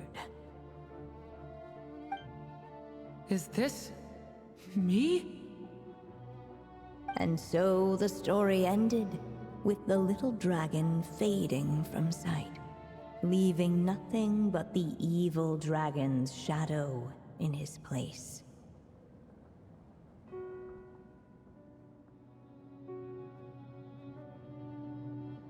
Oh no! That means Durin... What do we do now?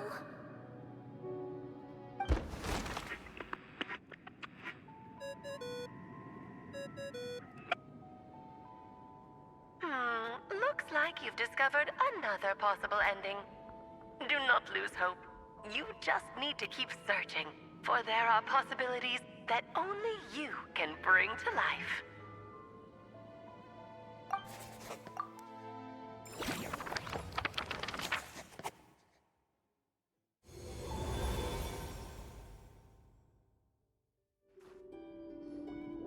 What's going on here?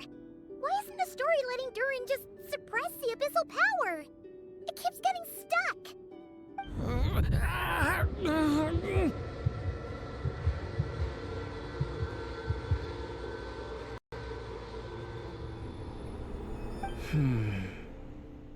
It seems the act of suppressing the power counts as an event in the story.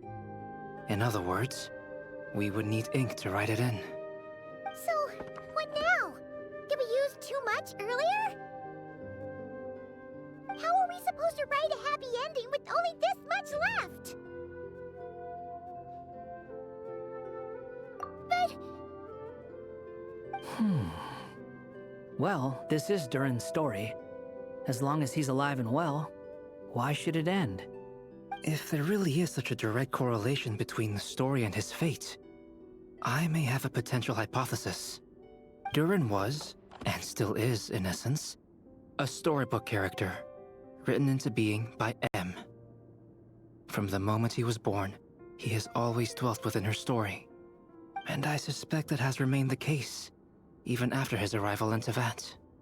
Reviving Durin in the evil dragon's place was an act of grafting this Durin story onto the latter's fate. In essence, that is how his fate was rewritten. But there is a fundamental difference between a being's story and its fate. As Miss Barbeloth reminded us, the fate of every living being in Tevat has been woven into the fabric of time. Its most natural path, therefore, is to proceed along its given track. But Durin's story, on the other hand...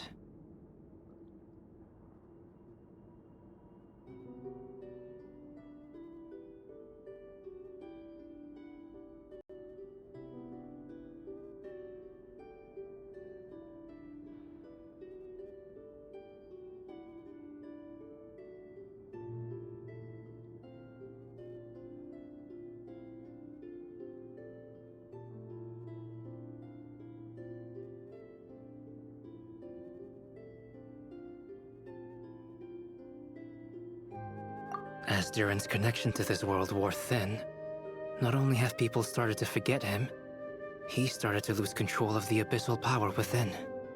In other words, his story can't continue, because the author's ink is drying up. That's what it seems like to me. It would seem the little dragon had made a group of fine friends indeed. Save it. The question is, are you here to help him, or stand in his way? This is as far as the story can go. What path will you choose?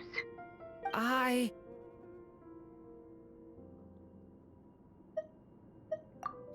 suppose the final decision is up to me. It's hard to believe I never actually left my mother's story. If that's true, I'd like to go there and see for myself. By there, I take it you mean the blank pages of the unwritten chapter ahead? But we still don't even know how Alice's magic works. If Durin belongs inside the story, then going outside of it to some unwritten part, isn't it too risky? I'm not afraid.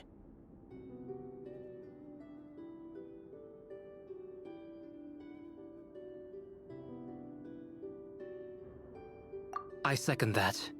It would seem this is one answer you need to go seize for yourself. So be it. Whatever obstacles stand in your way, we'll tear them down together.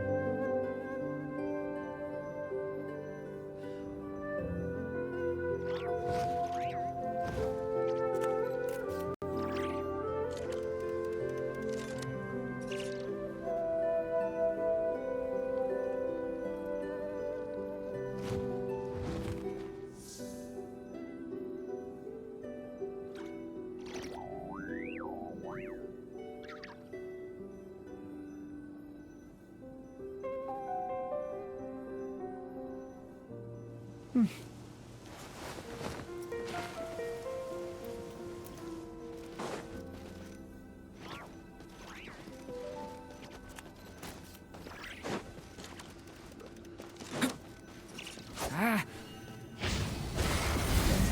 That invisible wall. It was the little dragon was staring at the uncloudable edge of existence itself.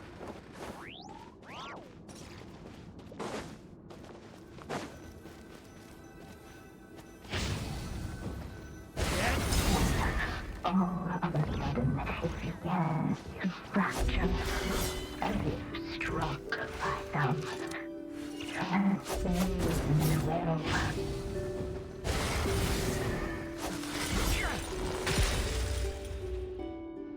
Gotta keep going.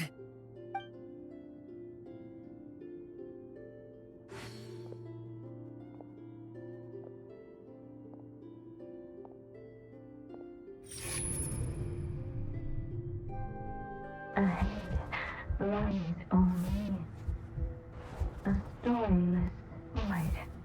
My consciousness is slipping away. Keep going, Durin. A pure soul is your essence, not an empty void. I feel so weak. Stand tall, Durin. You are not some amorphous idea. The body I made for you is flesh and bone. Am I truly alive? Yes, Durin, but you must keep going. You're as alive and real as I am.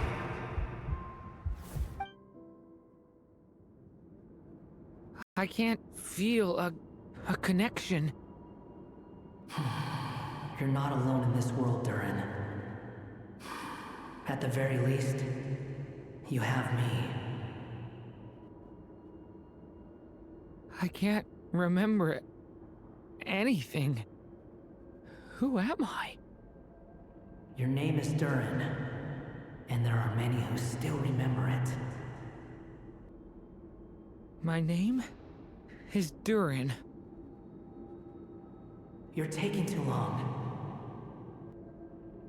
Come on, Durin, run! In this world, fate waits for no one. Wait! Where am I meant to go? What am I supposed to do? Go make your wish come true, Durin. My wish?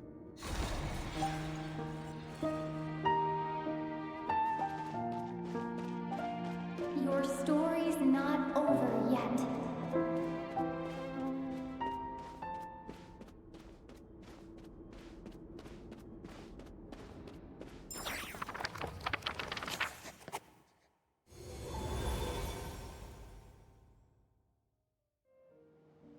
Silence, huh? Have you nothing to say about my proposal? Let me get this straight. You want to graft your story onto this unfinished thread of fate, and in doing so, not only rewrite that fate, but allow the story to live on. Quite the brilliant idea. Still, the story's survival depends entirely on whether the author keeps writing. Exactly.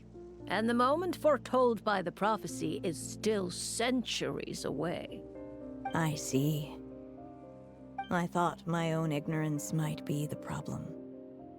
That I'd asked more of the noble science of alchemy than it could ever deliver. Or that I had failed to discern the heavenly signs and grasp the secret truth underlying the prophecy. Little did I imagine that time itself would prove to be the greatest hurdle of all. Well, my friend, this has been a most intriguing experiment. And from an academic perspective, at least, I don't think it was a bad proposal. Someday, the prophecy will come to pass. So remember, my friend, much like the stars themselves, there will always be something that transcends the test of time. Thank you, everyone. You've helped me so much already. But, Alice, I still have one final favor to ask of you. Will you lend me your magic one last time, just enough for me to keep his story alive until the prophecy is fulfilled? You mean you want me to extend your lifespan? No, not in that sense. As Rheindotter once told me, the laws governing life and death are among the most unyielding in this world. I'm well aware of that. Whether it lasts a day or an age, the span of one's life is determined by fate alone. If I tried to breach that law by force, I'm afraid I would lose what makes me human. This is not a path I want to go down. If I am to die, then I shall die a human. So, what is it that you want me to do? I would like you to send this pen of mine into the future. I see. Then perhaps there really is a way I can help. I could create a kind of story magic to take over the writing once you're gone. Oh, but for it to work, you would need to provide enough of your own words for it to learn from. How much? Oh, an immense amount. So much, in fact, that you would have to spend the rest of your life writing. And even then, I'm sorry to say, it would not last forever. No matter how much you write, there is a limit to the number of words you can leave behind. But the world itself will never stop changing. Someday, perhaps, even your entire corpus will not be enough for the magic to continue describing this world. And when that happens, the story will end. Still, it's worth a try.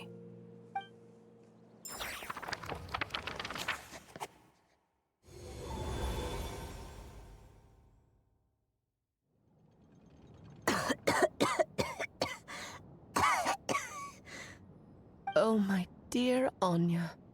Even after all this time, you're still... Look at you. You should be enjoying your old age in peace and quiet, especially now that things are finally returning to normal after that terrible calamity. Once he leaves Simulanka, things will only get more complicated. If his story is to continue, there needs to be more material for the magic to draw upon. I'll just have to skip over some of the less important details. Anya, why do you insist on sending him out of the storybook world? Why must he face his fate into that? Why not just let him remain within the story? With my magic, even fate's curse could be undone and he could live happily ever after. I suppose. In fairy tales, all it takes is a heartfelt wish. And even a wooden puppet can turn himself into a real boy and live happily ever after. That's just how fairy tales end, isn't it? But have you ever wondered what happens to the main character after the ever after? Tell me, Alice, in your eyes, what would be a writer's greatest regret? To leave a story without an ending. Not a bad answer. It's true, many writers come to consider that their greatest regret. But I see things differently.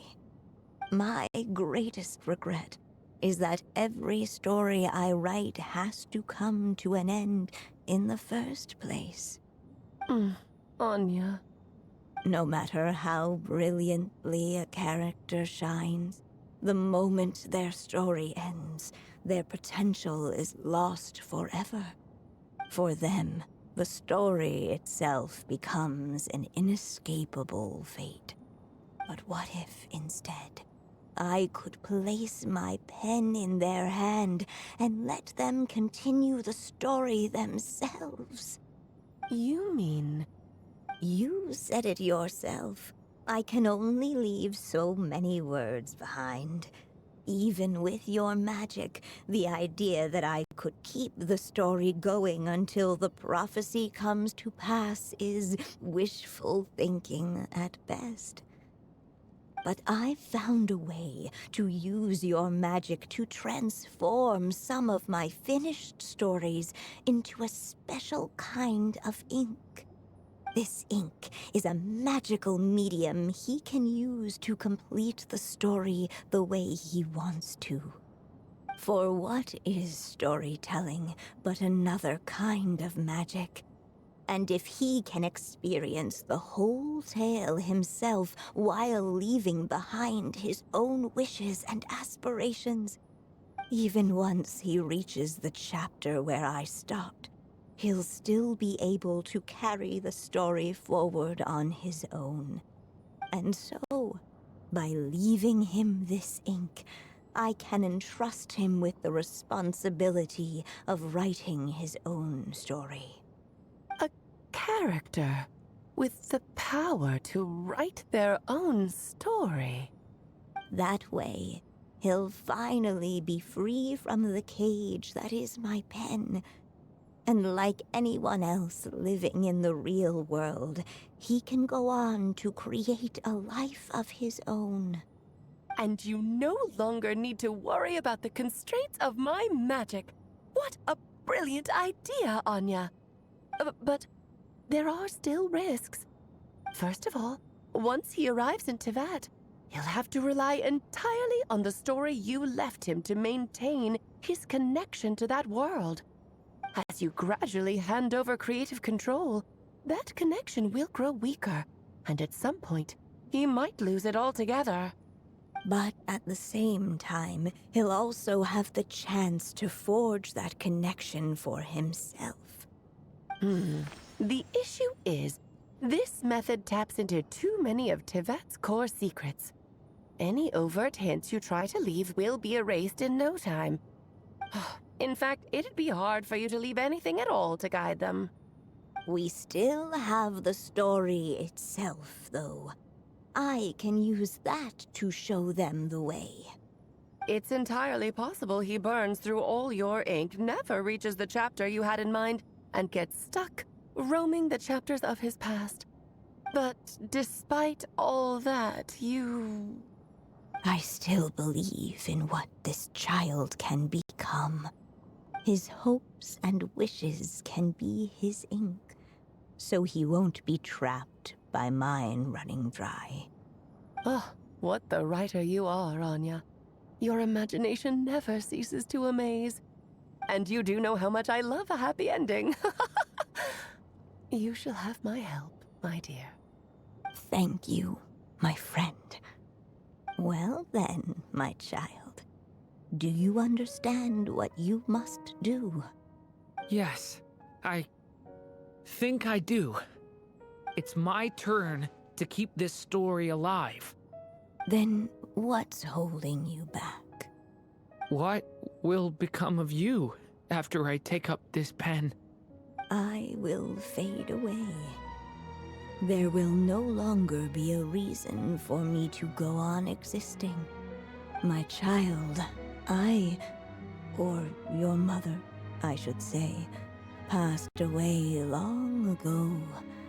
The voice you're hearing is nothing but a magical echo that has now fulfilled its purpose. You needn't feel so reluctant to let me go. I know my mother died long ago. It's just, when you lose your mom too soon, it's hard to tear yourself away from the stories she used to read. I guess it's a silly way of pretending she's still here, by your side. Durin. But after coming to this world and traveling it with my friends, facing all kinds of enemies together, I suddenly realized I couldn't just sit around listening to my mother's stories because I'd found a new purpose in life. Maybe this is just what growing up feels like. With all my new friends waiting, it's time I finally set aside my mother's storybook. I'm ready to grow up now, Mom.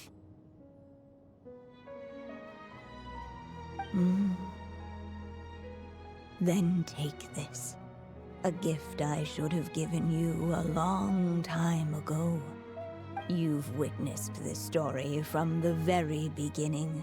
Made your wishes, offered your blessings, and even wrote your choices into its pages. From here on out, this pen is yours. Now I ask of you, the other pillar of this story, as both its reader and its witness, will you turn the page so the next chapter can begin?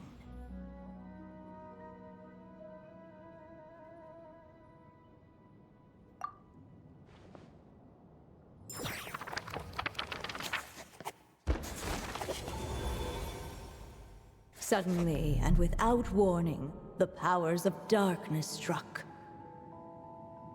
The question was, could the little dragon prevail? Alas, it was here that the story witch's tale had to end. But Durin's tale, on the other hand, had only just begun. Stepping into his mother's memories, he picked up her pen. And so the story that was ending began anew.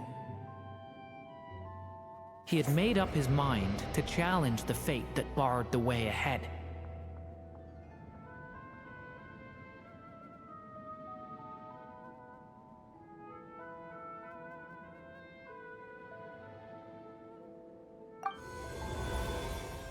Looks like this is the final step.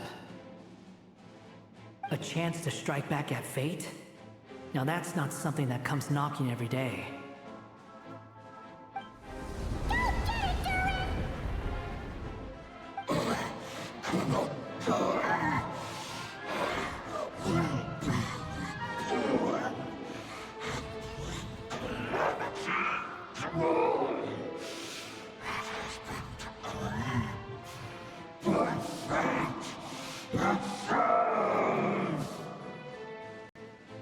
No, that fate no longer defines me.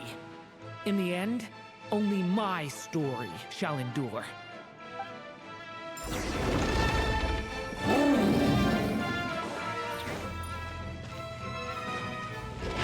Devouring claw! Stop that!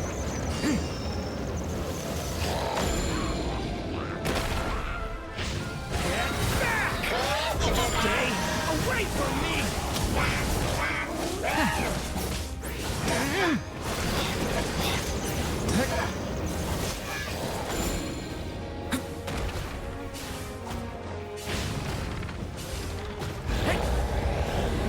No dodging this one. Here, I'll help lift you up.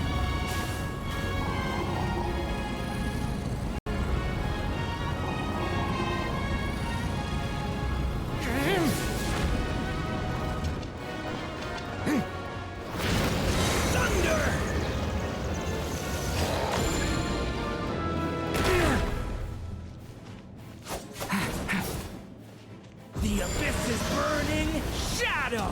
Only my story shall endure.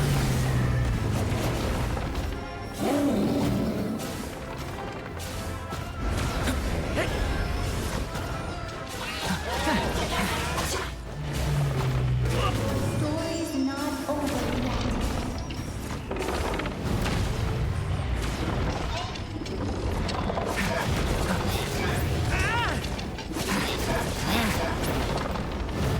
Devouring claw! Stay away from me! Stop that!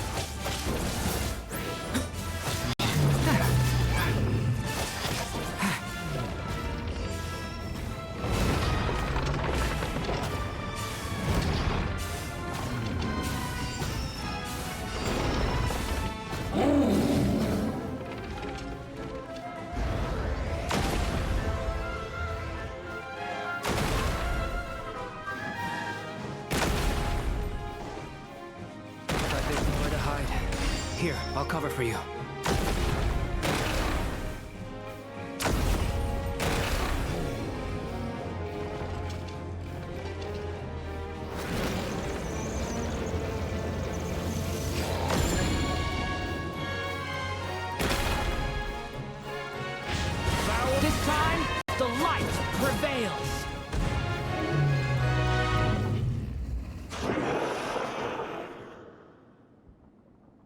Thank you, Mom. And so it was that Durin defeated the darkness and rewrote his fate. But his story is far from over.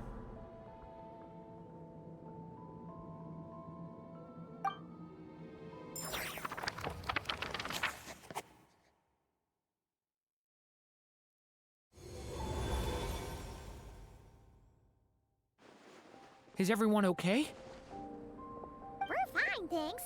And hey, we all saw how you fought back there. That was awesome! I have to admit, I do feel like something in me has changed. I owe you all so much. Without your help, I don't know if I could have ever made it this far. Just a shame I could only help out from the sidelines. Like I said before, it's not every day that you get to put fate in its place. Well, I'm sure you'll hear it someday. Hear what? The chance to strike back at fate knocking at your door. Yeah, maybe someday. Allow me to just check one thing.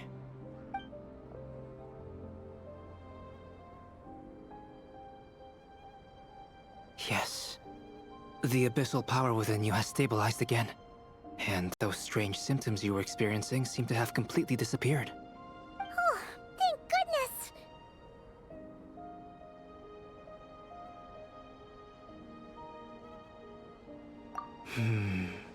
I wonder what it means, though.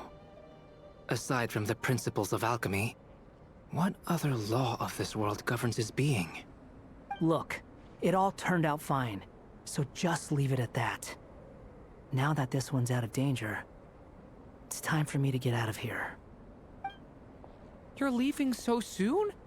Well, don't humans usually throw a party after something like this? A party? Do I look like that kind of guy? Anyway, come find me again next time you're in trouble. That's what friends are for, right?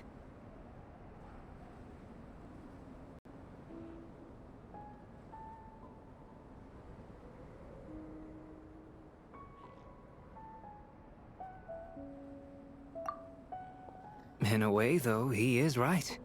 This is Durin's moment to celebrate, not the time for academic discussions. Hey, I don't blame you for asking. And honestly, I'd be perfectly happy to talk about it. It's just, I wouldn't even know where to start. It's all right. I'm sure we'll get a chance at some point. After all, your story's only just begun. All right then. Traveler and Paimon, we'll part ways here.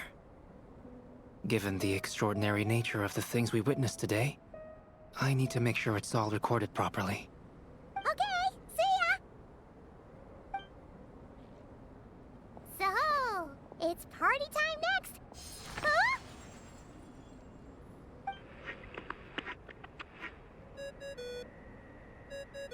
Congratulations on completing your mission. Now then, as per our agreement, it's about time you returned that book. She must have known the moment we finished! Just like she said she would! I've heard dressing appropriately is a must for socializing.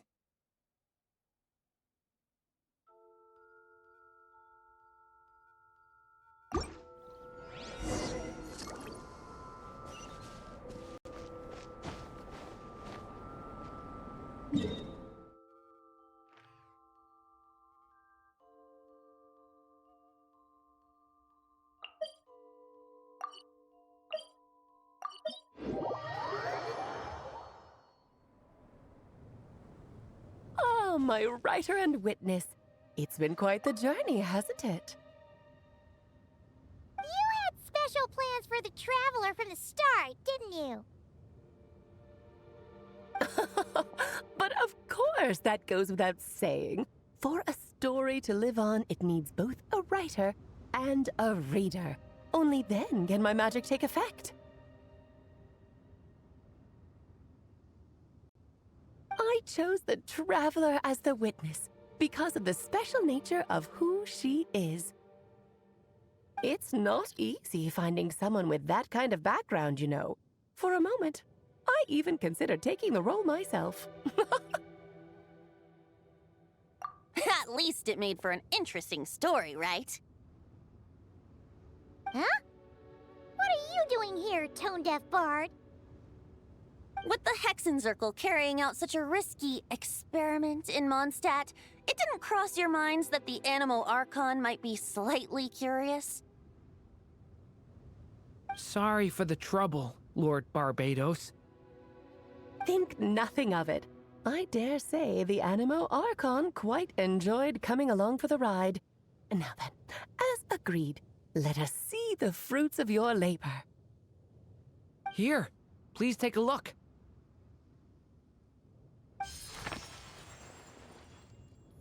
Well, well, well. Somehow, despite all my careful planning, it still turned out to be full of surprises.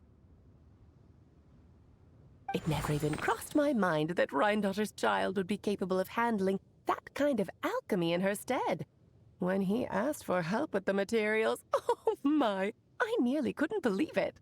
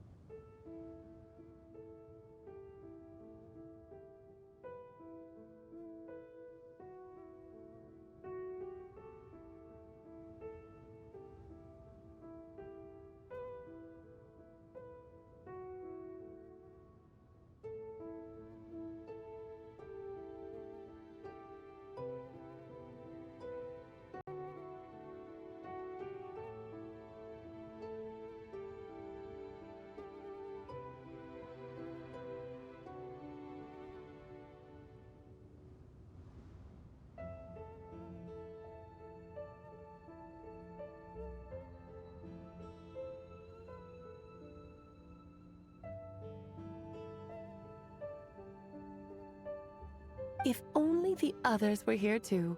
We could all celebrate together. I'm right here, you know. The only one who hasn't responded is the one busy stuffing her face over there. Is that you, Barbie? A little late to the party, don't you think?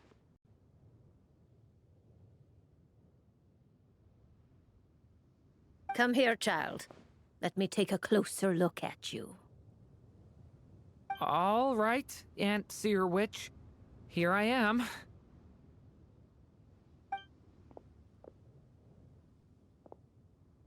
Just as I thought. This child's fate does not appear among the stars. Anya has accomplished what almost no one before her could.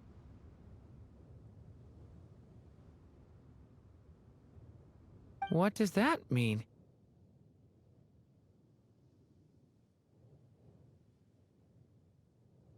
Child, all you need to know is that you're very lucky indeed. Oh.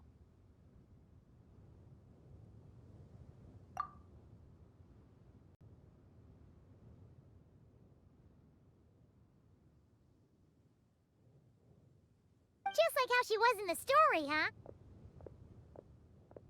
Tell me, little Durin, what will you do next? I, for one, cannot wait to see how your story unfolds.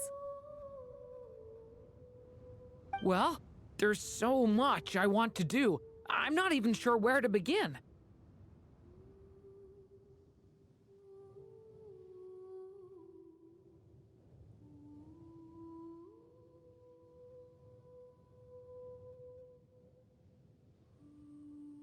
How about settling your most recent regret?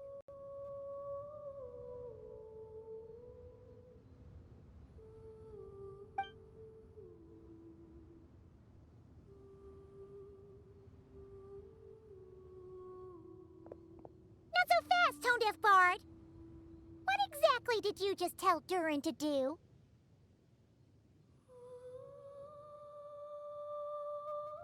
To make a long overdue wish come true.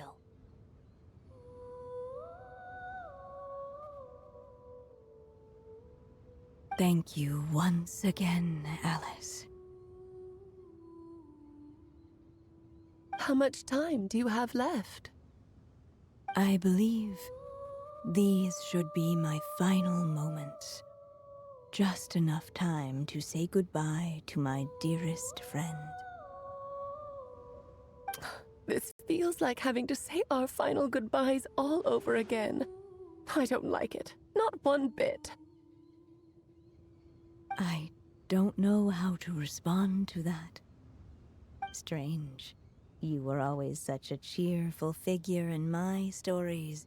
I even dubbed you the Merry Witch, you know. Oh, please. You know full well it was your stories that first taught me what true pain and sadness felt like. Aside from saying goodbye to me, shouldn't you also leave a few words for the child? Since the book will be his to continue, why don't you write him a little parting note? There's no need. His mother already did that long, long ago. All that remains is for me to convey it on her behalf.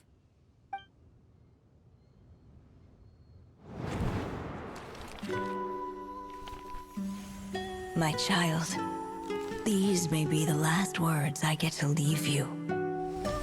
I've always thought of the characters in my stories as my children, loving each one of them, just like a mother would. But you are the most extraordinary of them all. You alone can defy the fate of this world and write the perfect ending to my story.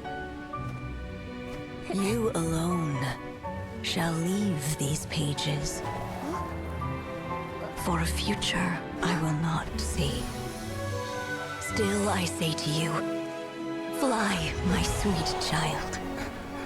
Just like a forest breeze yearns for the open sky, head into the unknown and seek an adventure to call your own. If you meet a dragon bright as 1,000 jewels, dance through the air together. You are not alone, for this world has accepted your place in it. Do not lose heart. You still have many wishes left to fulfill.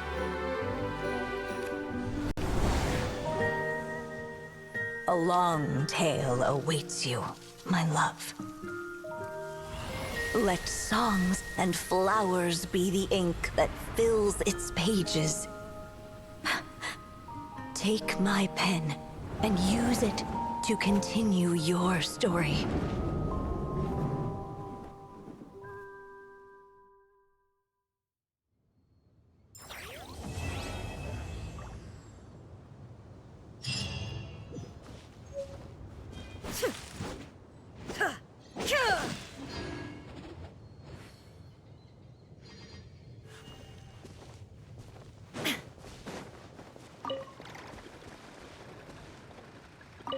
And so they flew together, Durin and Dvalin, over the skies of Mondstadt.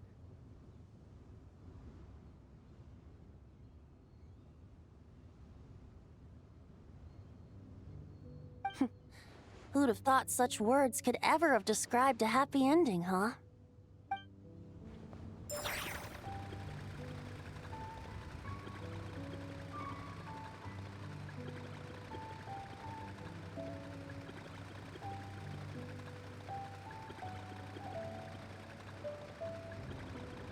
And so they flew together, Durin and Dvalin, over the skies. Who'd have thought such words could ever have described a happy ending, huh?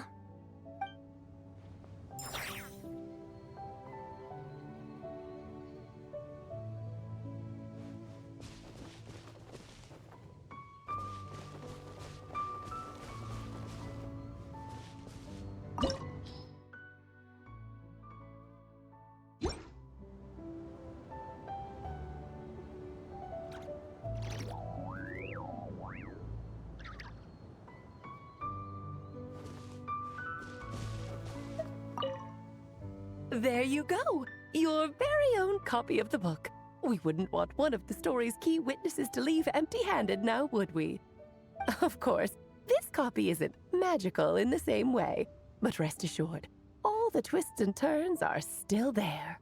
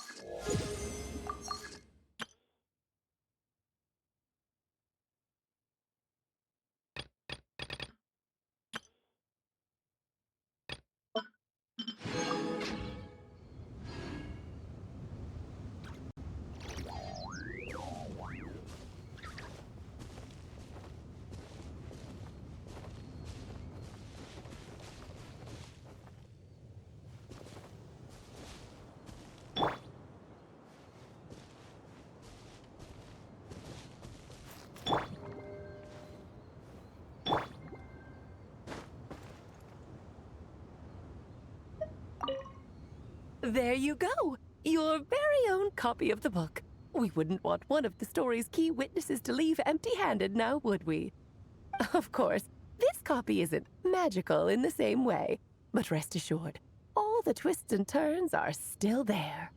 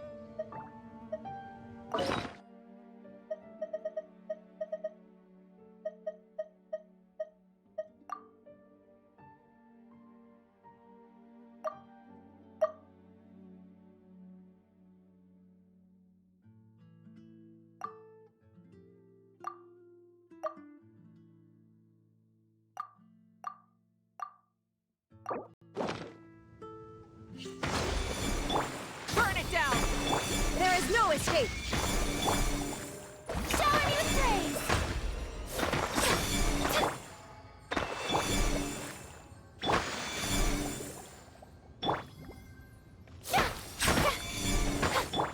Rise with the sun! Illusion shattered.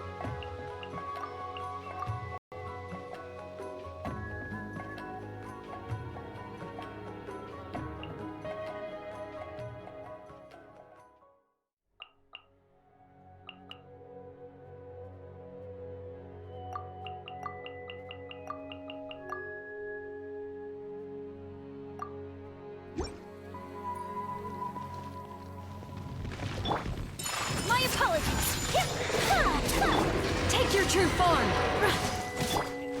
Fulfill our pact! Whirling snow! Embrace the ice! In your dreams! Do your master's bidding! Transfiguration! Suffer the wrath of Eatfleet! Lament! Worthless! Here!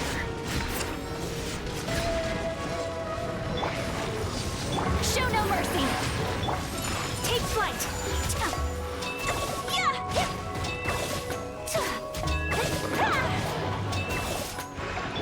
You two! Time to end them!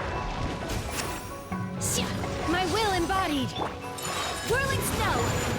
Kami-santo art! Silencer!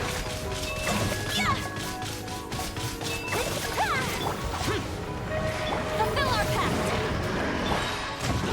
Cryo incarnate!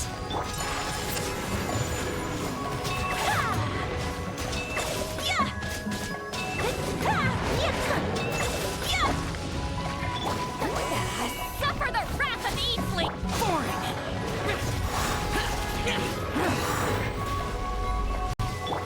My apologies!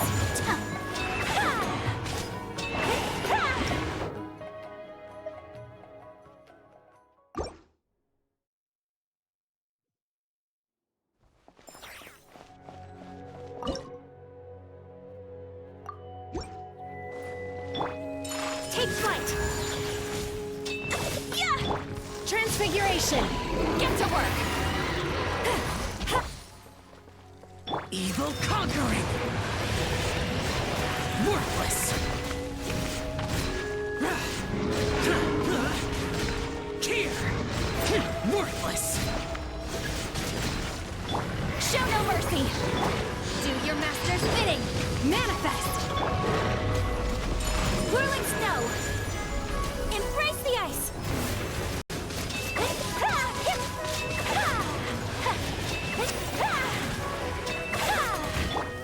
You two! Time to end them! Take your true form!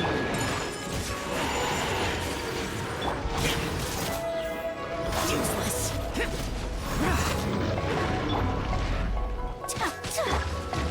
Fulfill our pact! Suffer the wrath of Eatfleet! My will embodied! Cryo incarnate!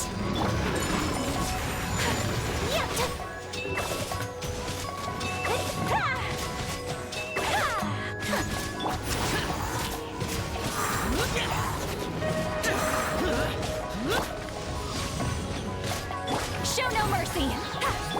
Kami-santo art! Silencer! Take flight!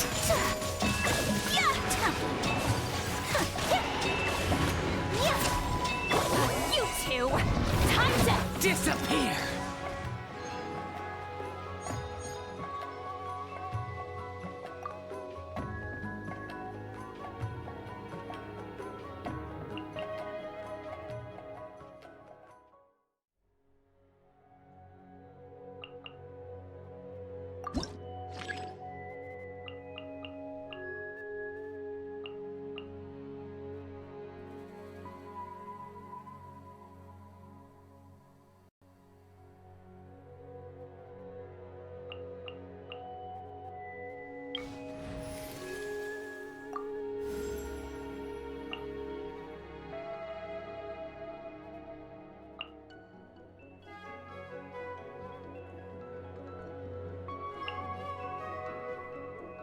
give me a moment to compose myself.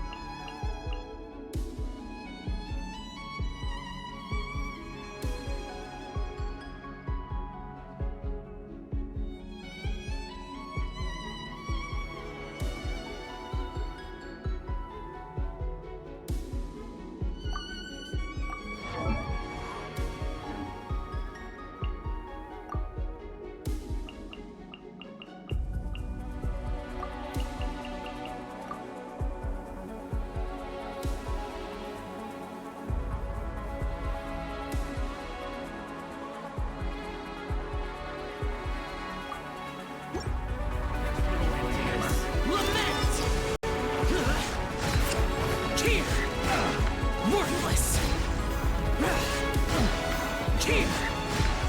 Worthless!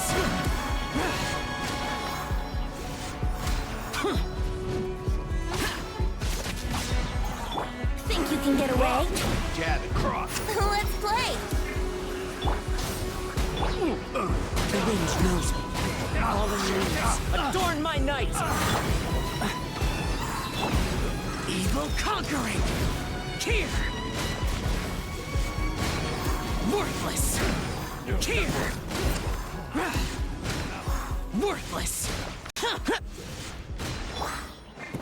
Time for takeoff. Wouldn't gliding be... One with nature. Just one with wind and cloud. Light of the blazing sun! Lament! Get out of my way!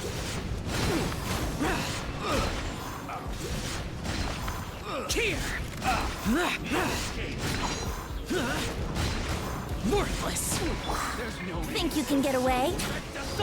Here we go! Into the wind. Clouds high. The birds come. Disappear! Here! Prepare to die, fool! Worthless! Here!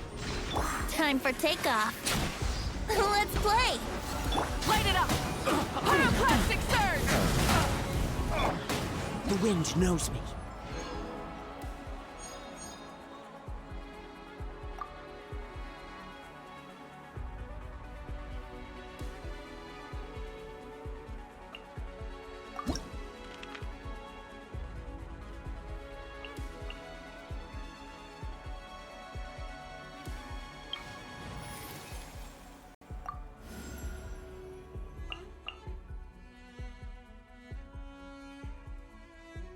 Are you going to hold a festival?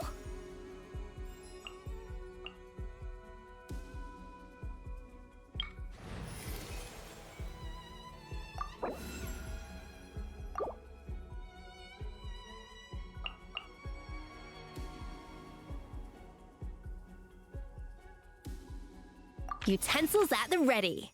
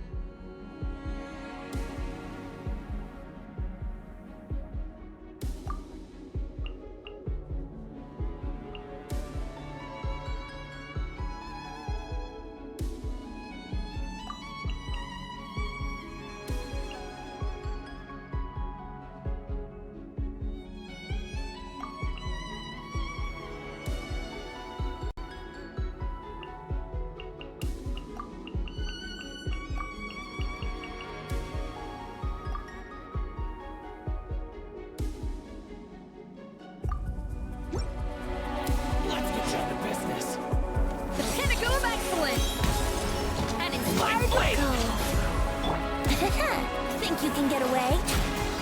Hey!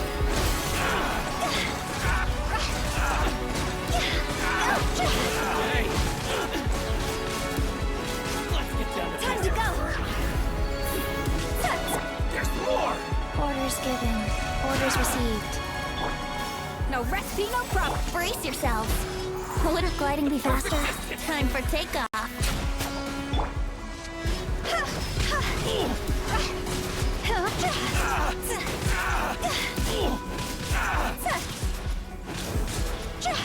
How's this?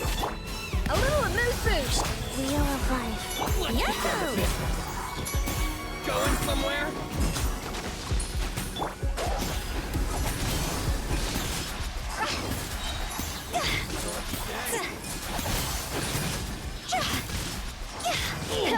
Cross over.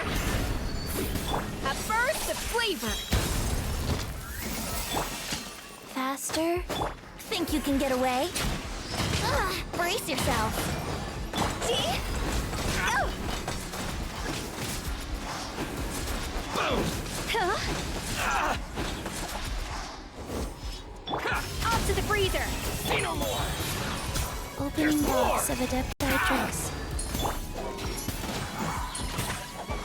Time for takeoff. My blade down to business.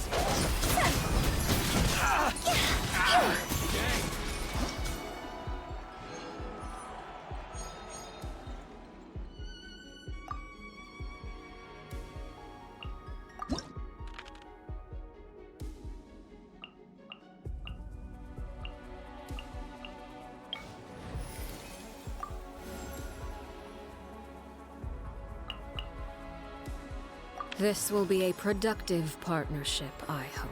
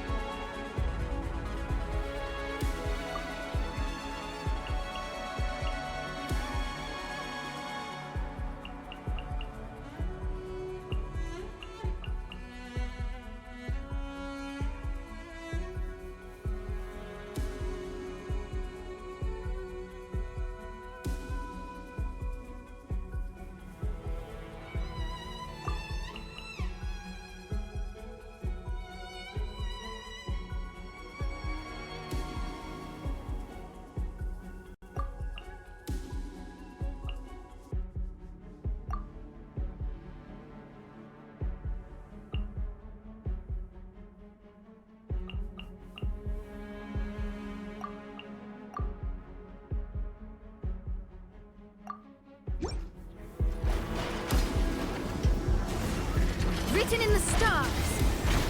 Orders given. Orders received. Rise. Everybody stand back! Time for a light show.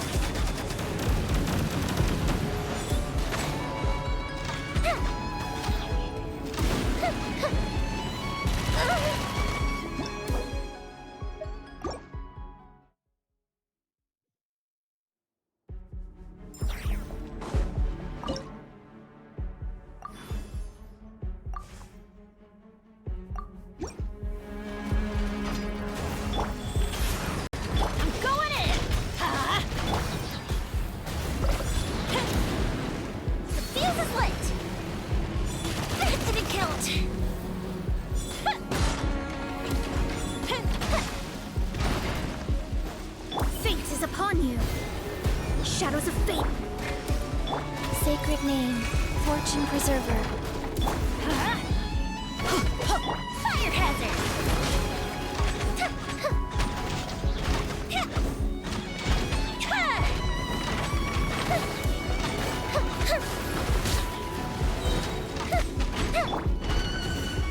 Wheel of life. Everybody stand back. The fuse is lit.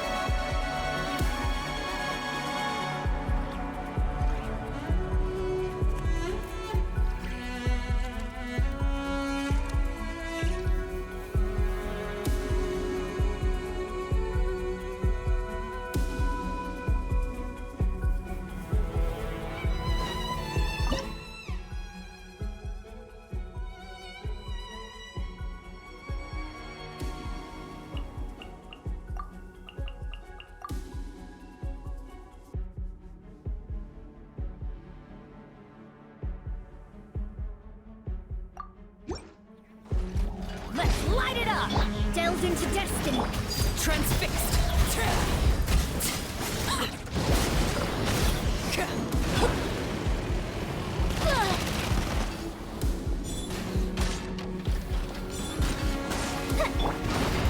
Teamwork is dreamwork! Shadows of fate, written in the stars. Everlasting as the moon. Overruled.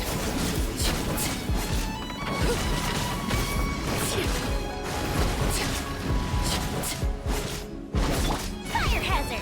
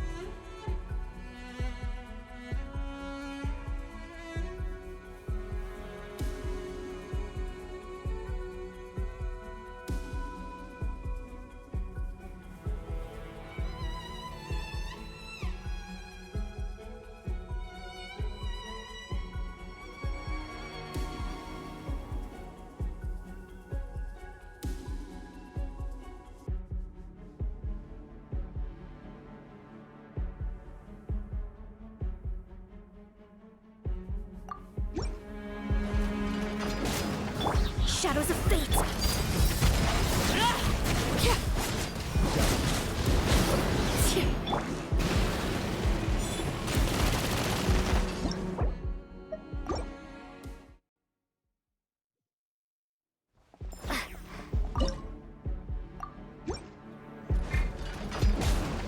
Let me scry!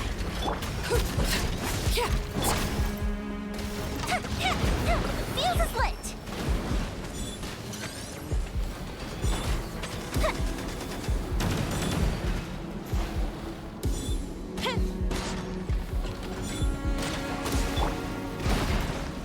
Teamwork is dreamwork! Decided by destiny! Everlasting as the moon! Laid bare.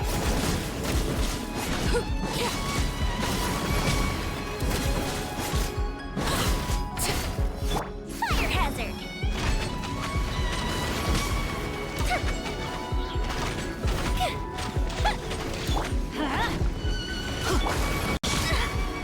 Let me scrub!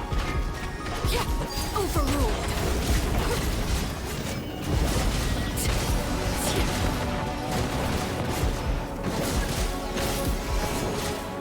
I'm going in! Shadows of fate!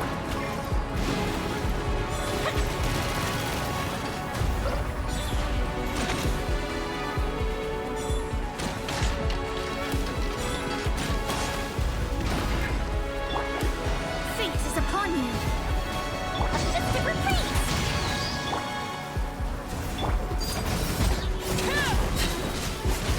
Witness my rise.